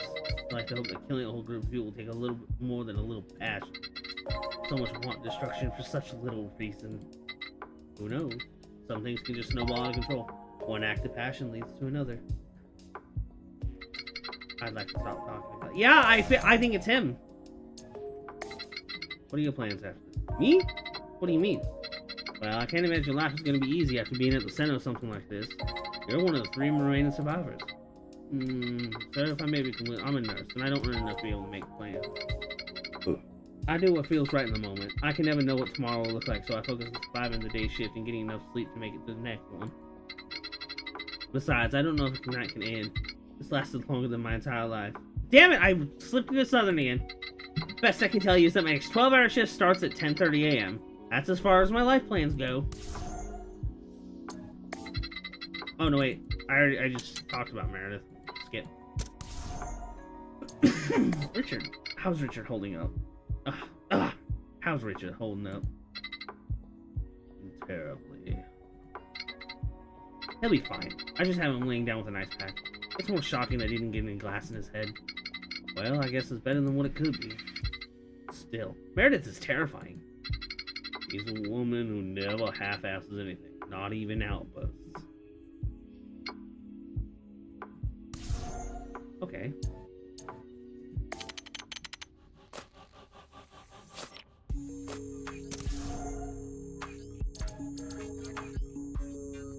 I think it's Alexander. Everyone, before the police arrives, I have something to say. What is it now? You're still getting paid, so your work here is done. I just want you all to know I figured out who the killer is. Would you all like to know? A tense silence spreads across the room. Alex and Meredith exchange glances. Richard sizing and sit up. Regale us, detective. Who is the killer? Of course, but let's start from the top. The party begins with everyone arriving. Everyone's arrivals are staggered, some being early, others being fashionably late, and as per requirement, they all relinquish their phones to Richard Torres. Richard knows that the attendants never follow the no-phone rule, but he makes a solid attempt hiding the phone box upstairs in the storage room. After he sets roots in the foyer, Meredith is approached by Mickey Gordon. Sorry, Mickey Torres. They have a meeting planned, but there's more than just business to be handled. Shortly thereafter, Richard notices the lights of the foyer flicker. He finds that the late Felix McCain phone plugged into a faulty outlet. He, of course, grills Felix and hands him back his phone. Okay, now is the important part. Who was the last person? What? Flash! I was reading! Asshole! I don't know why the sound didn't play. Hold on, let me... I don't know where... There we go. I need to read. Thank you, Dragon!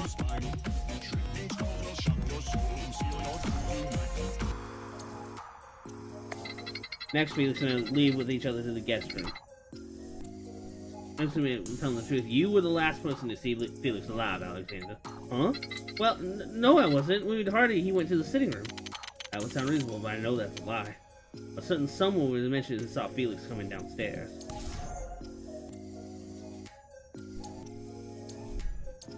Oh, Brooke. I can't rely on that testimony of ghost, but I think I managed on this one. I don't think he went downstairs. I don't even think that he went back into the foyer. Think for a second. For him to end up in the attic, he would have had to leave the sitting room, and there's only one big problem with that claim.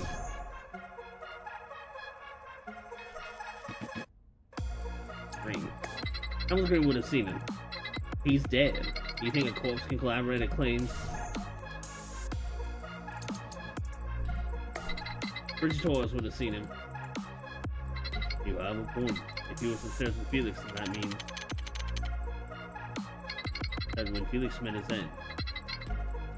What are you saying? You think I killed Felix? Why? Why indeed? There can be many explanations. I think one covers that.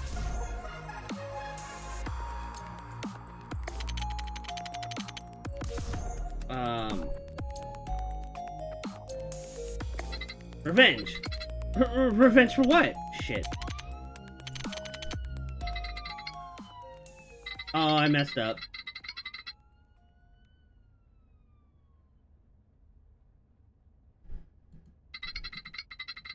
Oh, I messed up. I know...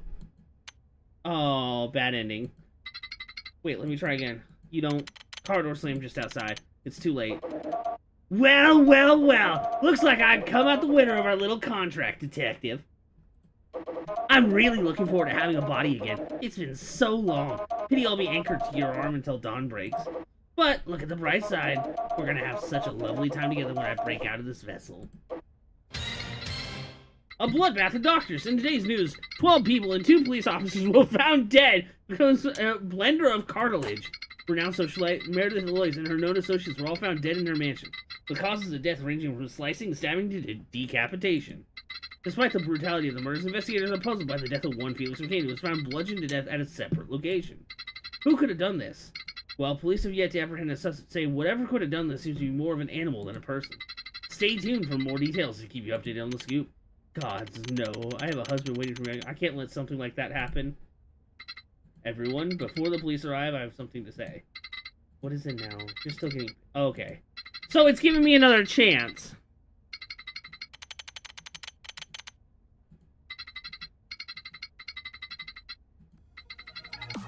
Okay. Richard knows that the attendants never follow the no phone policy. Liddy makes a solid plan to hide in the phone box upstairs in the storage room. After he sets the roots in the foyer, Meredith is approached by Mickey Golden. Sorry, Mickey Torres. They have a meeting planned. Richard notices the lights in the foyer flicker. He, of course, grills Felix for this and hands him back his phone.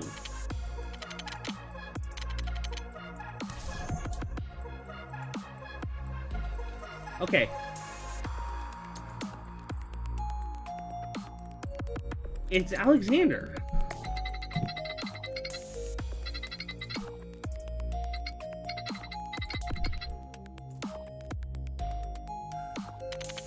That would sound reasonable, but I know that's a lie. A certain someone would have mentioned he saw Felix coming from downstairs.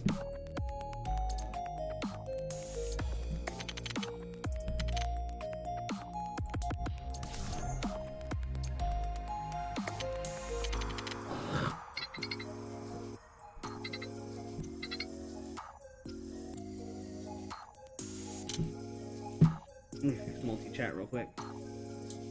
Yeah, I know. Spooky Wolf is not working. Saba, or if we have a mod available, can we please give Refund Flash his 600 sparks? One big problem with that claim would be Richard Torres. Richard Torres would have seen him. You have a point. If he was upstairs with Felix, then that means when Felix met his end. What are you saying? You think I killed Felix? Why? Why indeed? That could be actually, I think one covers that. That would be the simplest thing. You wind up in possession of this. Hey lady! I ain't a normal phone! The receiver moves like a mouse.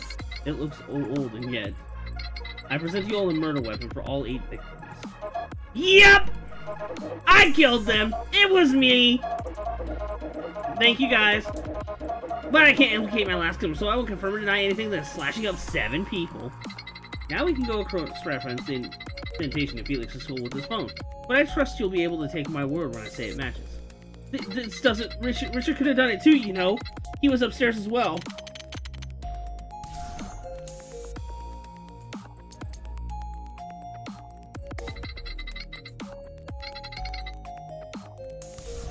Wait.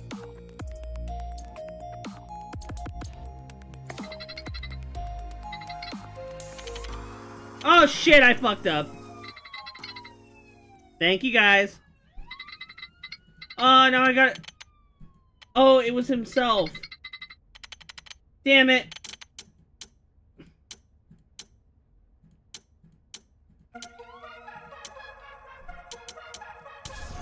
Okay.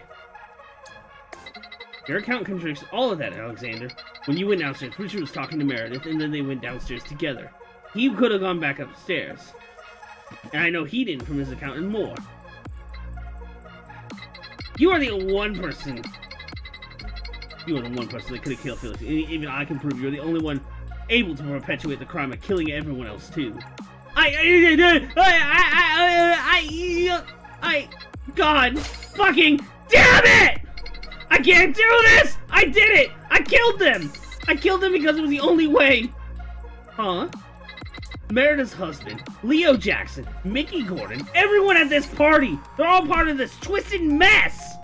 And then there's Meredith. The harm you've done to anyone who's ever worked for you is incalculable. I didn't care what happened to me. Meredith Lois and her empire is a blight on healthcare.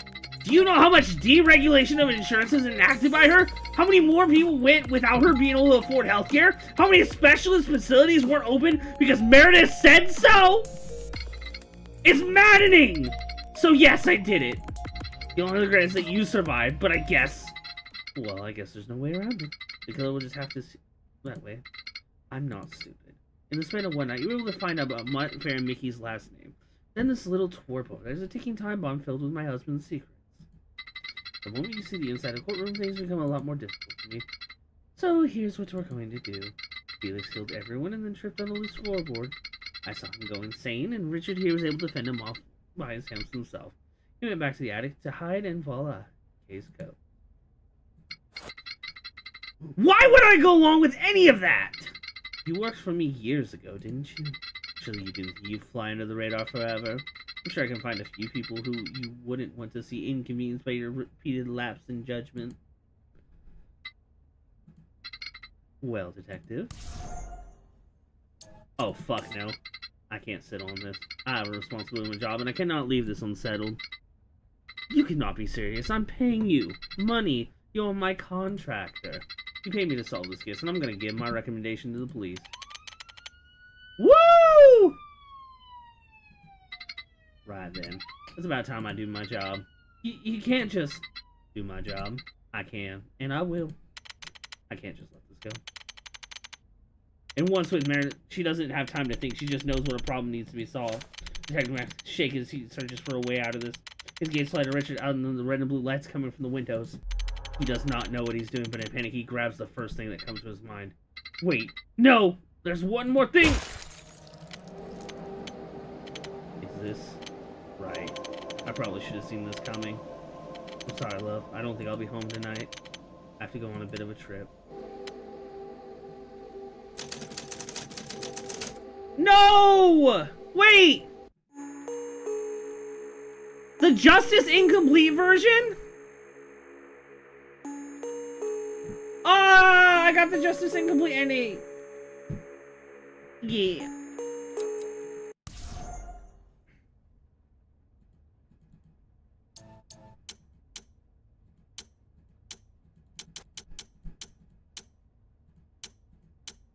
I'm sorry, I'm backing up to see if there's anything that I could have done. My throat hurts a little bit from that.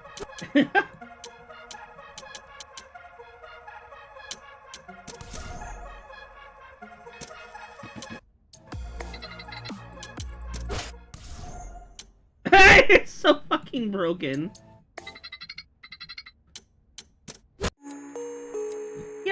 Fuck. Well, that was Dead Ringer. I got the Incomplete Justice version, which means, I think, well, Maxwell dies, unfortunately. So, we're gonna play this again another time on another stream. This is a short stream. I'm gonna end this here. But if you guys want to see it again, let me know. We're gonna end stream. I love this. I love this so much. Props to the fucking creator for this. We're gonna end here. Yes. We will come back and play it. You guys stay safe. Yep. Okay. So, for those of you that don't know, Dragon is Flash's car. We are going to...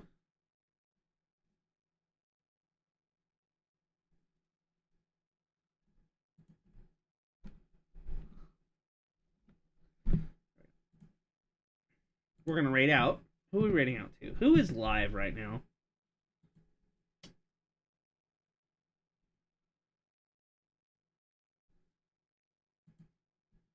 Let's go raid out. Good night, Fox. Lots of love. We're gonna raid out to Lils.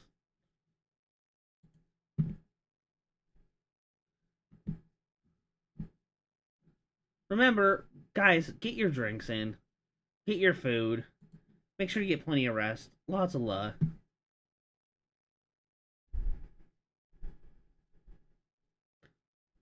Alright. Guys, get ready to raid!